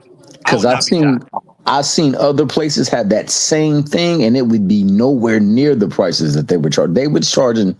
Now, I don't know if, like you said, that was something that was marked up and then edited so that it could look like that. But I thought there was an actual catalog where those things were costing that much money. Just to clear it up, I do remember that, and basically, I'm gonna keep it as short as possible. The premise of that was, it started because there were these couples that were looking for. They may not have had like the money or the proper sponsors and stuff like that, so it was stated that Wayfair and some of the people that they were dealing with had contacts to women who didn't want it to be known, like these are the daughters of super duper wealthy people who never ever wanted them to know that their women or victims or whatever had children. So they for a way to get rid of the children. So there was this so-called underground thing that was supposed to be done through Wayfair. You look at it, you're following the catalog, and then when you see, oh, Tiffany, and Tiffany is this and this, and everything was code word. So you go back to your broker and you talk to the broker and say, yeah, I saw it online and I want the Tiffany set. And here's the number, here's the catalog number or the SKU. And that's how they were supposed to narrow it down. When you really, really read it, it's like, damn, if they had that shit down like that, that shit is crazy. But it still's like, wow, that needs to be like one of those movies, and stuff like that, where people are coming out and they're exposing these type of things, where if these were underground black markets perpetrated by major companies, then it is what it is. But I see that, and there was some talk about that. Yeah, I appreciate that, man. Thanks. Absolutely. The final topic we're gonna discuss tonight, Tulsi Gabbard, who it's like every couple of months you don't hear her name, like you don't hear her name at all. It's like, so you assume like, okay, maybe she's not as stupid or incompetent or as criminal as the rest of the cabinet. But it seems like anytime we do hear her name, it's because she's doing something criminal or stupid, or she's just unbelievably incompetent. Like the first big scandal is when she was a part of that Signal group chat that Pete Hegseth sent attack plans through when they had that naval campaign against the Houthis in Yemen, and she was a part of that. So now it's come out that an NSA whistleblower filed a complaint against this lady. And the process for how that works is the whistleblower is supposed to it gives a complaint to the Inspector General of the Office of National Intelligence, and then that Inspector General has 90 days to present it before Congress. This whistleblower complaint came out in May of last year. It is now February, and Congress is getting to see it for the first time. Furthermore, we then find out that Tulsi Gabbard actually took the complaint from the Inspector General, which is the craziest shit I've ever heard in my life. Like, the Inspector General is supposed to be above Tulsi Gabbard. Why is he acquiescing to her and giving her whistleblower complaints? She took the whistleblower complaint and threw that bitch in a safe. And it's been locked up in there for over half a year. And in that complaint, according to reports, it's alleging that 2 foreign nationals were discussing classified information that could have only came from her office. And there's obviously been speculation for years that this broad is a Russian spy. Then, on top of the fact, while that's happening, and while she's about to get pulled into Congress and grilled, possibly impeached because what she did was blatantly illegal. Not only that, there's discussions about her being prosecuted for perjury after she leaves office, or after Trump leaves office, because she said under oath, she swore that she would follow the law. And then when she was being questioned by the Gang of Eight, which is the top four, the top 4 Democrats and the top 4 Republicans in Congress in each chamber, as she's being questioned about that by them, by why she broke the law and why she didn't disclose this to them months ago, she said she didn't know she had to. So it said that, but ignorance of the law does not give you immunity. So I'd be interested to see what happens there. This on top of the fact, this broad. Where's the picture? Hold on. Where's the picture I got? Oh, here it is. This is her. A couple weeks ago, I think, Donald Trump and the FBI raided Fulton County, which is the place where they like to say the 2020 voter fraud happened, and that's where the Democrats stole the elections, despite 60 court cases that disprove that. So the FBI is there raiding that shit. Then we see a picture of this broad trying to hide behind one of the U-Haul vans they're loading the voter rolls into, and she's trying to hide, but you see her right there. She's on the phone with Donald Trump, telling him everything that's going on here, which then begs the question, did Donald Trump know about this warrant for these voter rolls before the judge even issued them? Then we also find out this broad seized voting machines in Puerto Rico, which are the same voter machines that are used throughout 18 different states in the United States of America. So it looks to me like it's going to be another Russia gate. That's what's about to happen to this broad. They're going to put the office of the special. They're going to put the special counsel on her. At least I hope. I don't think there's any way to get around this shit. We already have a federal, an independent federal board that's in charge of election integrity. So whatever this broad is doing, Congress needs to put her in check yesterday, because she's a Russian spy, and she's in charge of our intelligence. And then on top of the fact, I mean, the broad is just, she's just incompetent. Like, even Donald Trump came out and said he doesn't listen to this broad.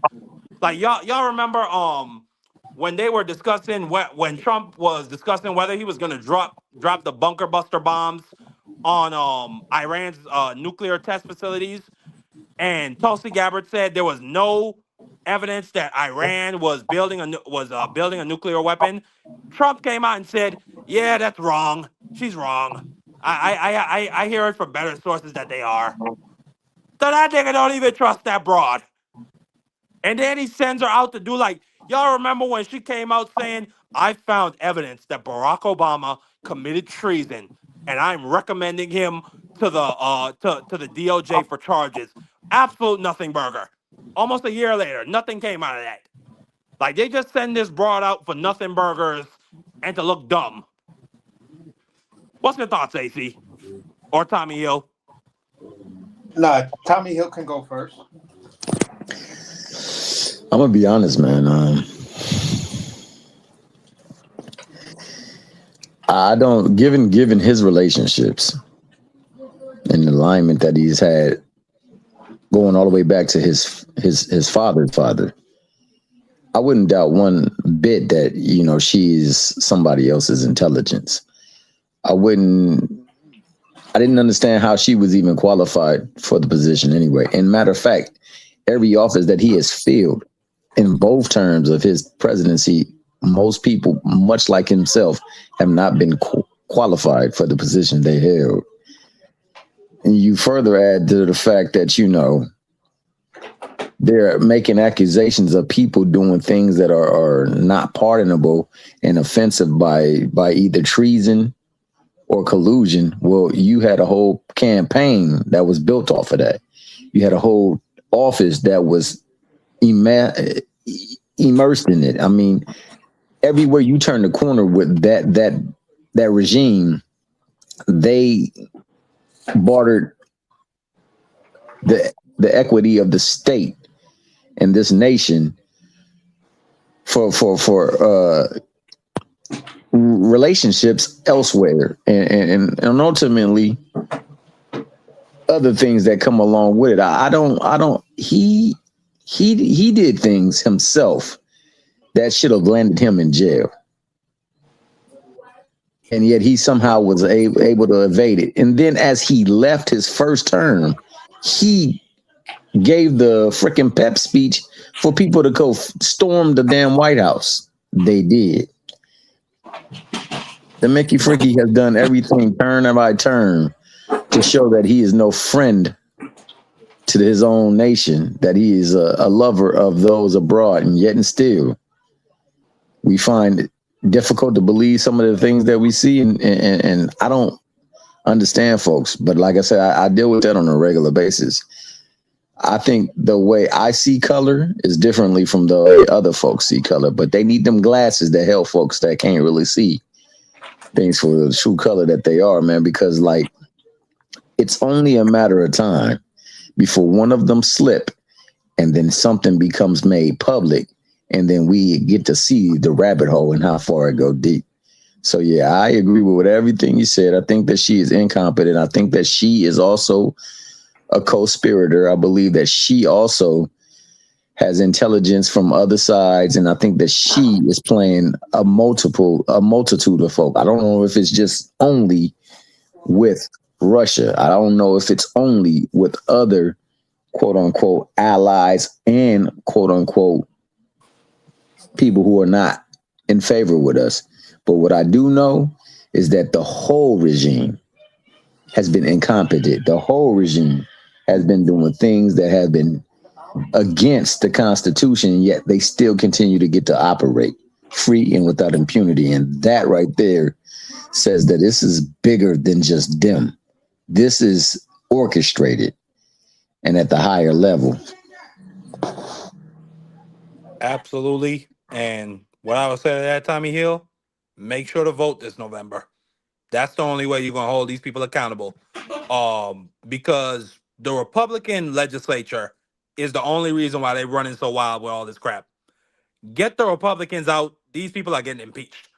Because there's no way to defend the conduct of some of these people, especially her, especially Pete Hegseth, especially Pam Bondi, especially like all of them. Like all of them fucking stuff. Like, do you know that right now, Tommy Hill, measles is supposed to be an eradicated disease? Because of Robert F. Kennedy, there's now 900 cases of measles in South Carolina. Damn, You I didn't cannot know make that. that shit up. I did not And you know got that. Dr. Oz now at odds with what's the name? And Oz is just telling people, listen, stop listening to get that it. man. Just go get the vaccination. It works. He's a freaking, in short, Dr. Oz is out here saying, that dude's a fucking idiot. Stop listening to him. He's got a worm in his brain that's eating all the common sense in his brain. Fucking I'm guy telling y'all did right crack now, and heroin for 10 years, AC. just go get, just please go get the vaccine. The vaccine will work. It saves lives. And this is the first time in Dr. Oz's career that I'm like, wow, Dr. Oz is actually doing something that's good. You're not trying to peddle everything. You're not using the fame that you got off of Oprah Winfrey and then become some weirdo. You know what I'm saying? So, yeah, for the one 15 minutes of fame, I got to be on the side of Dr. Oz on this one. Like, yo, listen, y'all just listen to the man, please. Stop listening to the brain in the worm, weird sounding guy, and just listen to the guy that actually used to have a real medical degree. Hey, my man do sound weird as hell though, bro. I don't know. He said The fucking guy sound like a scratchy TV. he sound like, you know how when you got a bad connection and it pops? That's how Nah, that you know who he sound like to me? You know when you watch TV or movies and the dude take a hit of the blunt and he's like, yo, basically what I'm trying to say is, you know, but you know, that's how this dude talk, like he's constantly trying to hold back the smoke. Like, bro, just hold it in a second, 10 seconds, and then slowly breathe it out. Nah, hold that shit in for 5 minutes. See how far you can go, Robert F. King. Matter of fact, hold that shit in 10 minutes, 20 minutes. See how far you can go. Do us all a favor. Just hold that shit in forever. AC, but AC, before we go, you got any reaction to this broad and the nonsense she's doing with the whistleblower report and with the voting machines? Bro, I just feel like this. Where this idiot is just like, I mean, any sane person can't really have anything to try to say and say it in a way that doesn't get the channel and doesn't put the channel in jeopardy. So I can't. I'm literally at a loss of words because the rant that I would love to take, it's just like, nah, because then I would truly be crossing the YouTube line in the way I would speak about this woman and the level of stupidity that she brings to the table, the level of incompetence that she brings to the table, and what I think should really happen to this woman. So with that being said, it's just, listen, whatever your future holds that's not successful, you deserve every bit of it. Oh man. It's made for you. It was designed for you. You made that bed perfectly, and now you have to lie in it. And when you hear that clank, and then someone says, you know, lights out, you know what I'm saying? And then someone says, don't move, don't go to the toilet, don't do nothing, because if you fuck up my count, I'm gonna send you to solitaire. I think that's when she'll really realize how great her life her life was, like her true impact on humanity, where it ultimately led her. And at that particular point, if you still don't get it, I'll be happy, because then one of them rough broads that are on your cell or on your tier, they're gonna teach you what it really means to be who you are and how far you really fallen. So that's where I'll leave all of that. Man, I wish I had the clip of when they were asking her questions about the leak signal group chat, and I will never forget this shit as long as I live. I really think Tulsi Gabbard is one of the dumbest people in government. Like they have the leaked signal group chats. It was leaked. And she says, I don't know, I was not a part of any group chats and that leaked sensitive information. Then they go to the director of the CIA, and he says, yes, some sensitive information was leaked, but we immediately, and her face just dies. I will never forget that as long as I live. Like, this is easily one of the dumbest broads I have ever seen hold any, like Pam Bondi, between her and Pam Bondi and Kristi Noem, It's really like I really don't know which one I would pick, AC. All of I them are would pretty dumb. probably, I look at it like this. Who would I take on a date? And the only one I would take on a date for dinner is actually Pam Bondi I knew you was gonna say because that. she does have a real dream. She did really pass the bar. She's just choosing to be this stupid. It's just a personal choice with her. This lady, when you look at what Pam Bondi did before, just like you look at the Border Czar, what's his name again? The Tom mushmouth Homan. dude? Tom Homan. Yeah, You look nigga at took 50K in a garbage bag.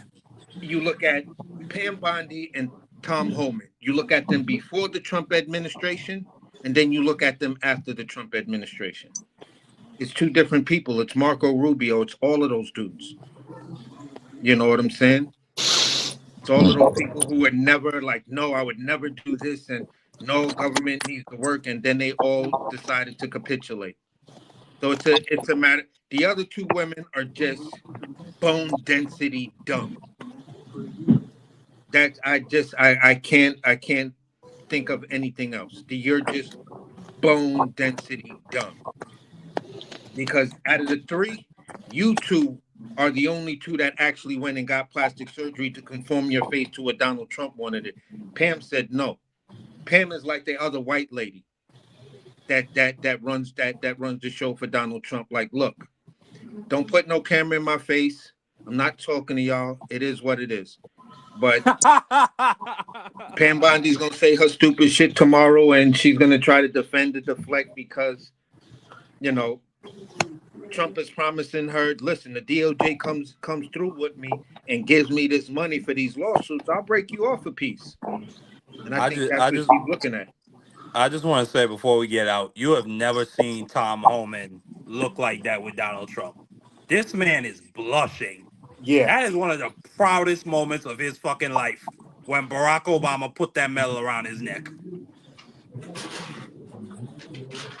Oh, man. But listen, fellas, this was a great show.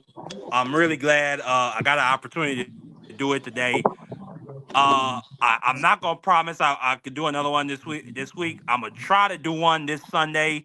I'm trying to go to 2 a week. We're gonna see what happens. But like I said, man, this was a great show. I'm glad my brother Tommy Hill came up for the end. I'm glad my brother Rosinati from the VA same place as me. I think he's from St. Thomas. I'm from St. Croix. You know what I'm saying? I'm from Twin City. He's from Rock City. Salute to him, my brother at Pittsburgh T. Even though he came up here and talked that bullshit, I still love him to death. He's still a supporter of mine, and he always comes through, always smashes the like button.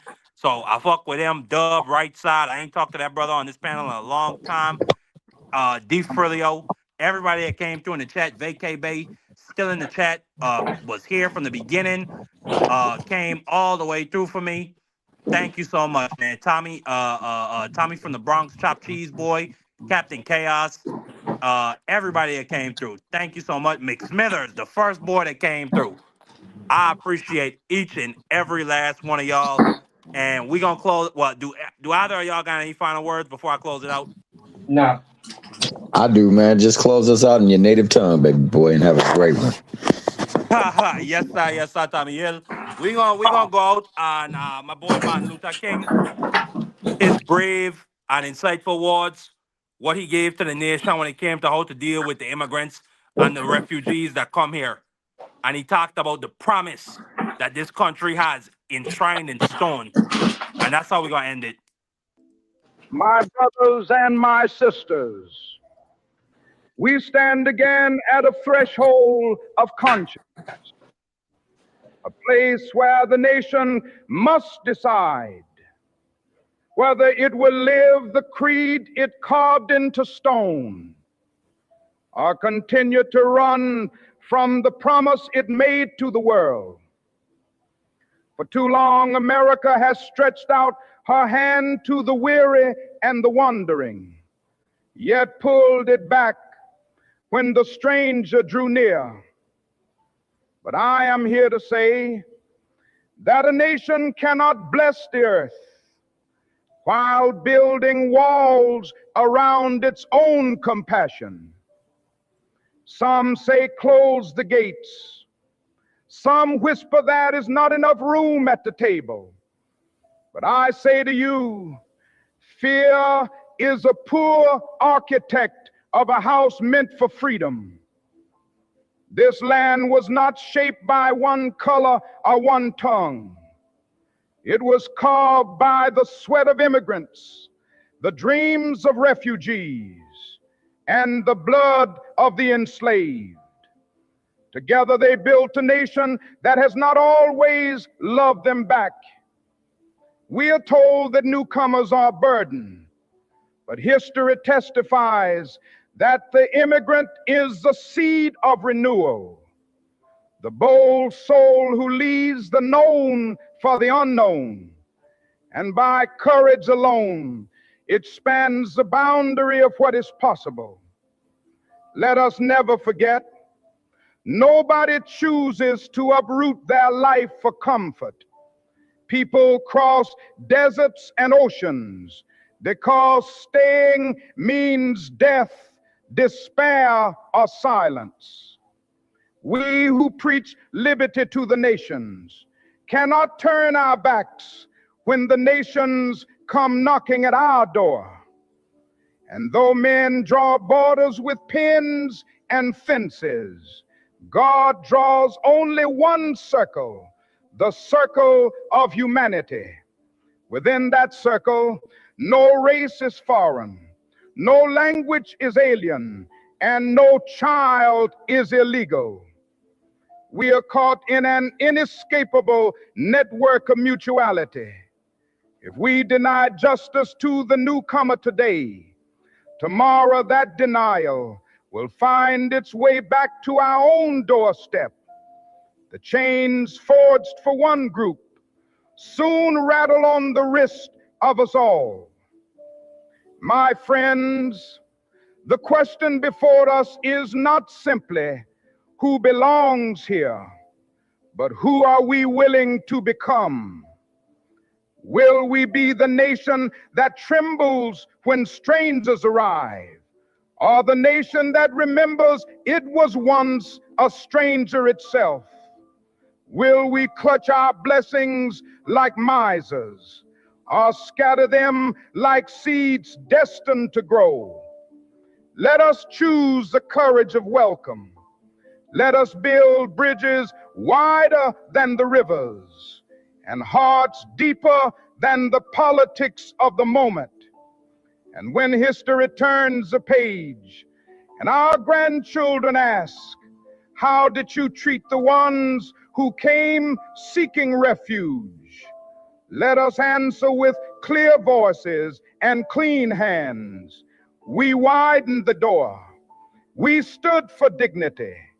We believe the world is big enough for all of God's children. For that is how freedom rises, not by shutting people out, but by inviting the world in and daring to live as one human family.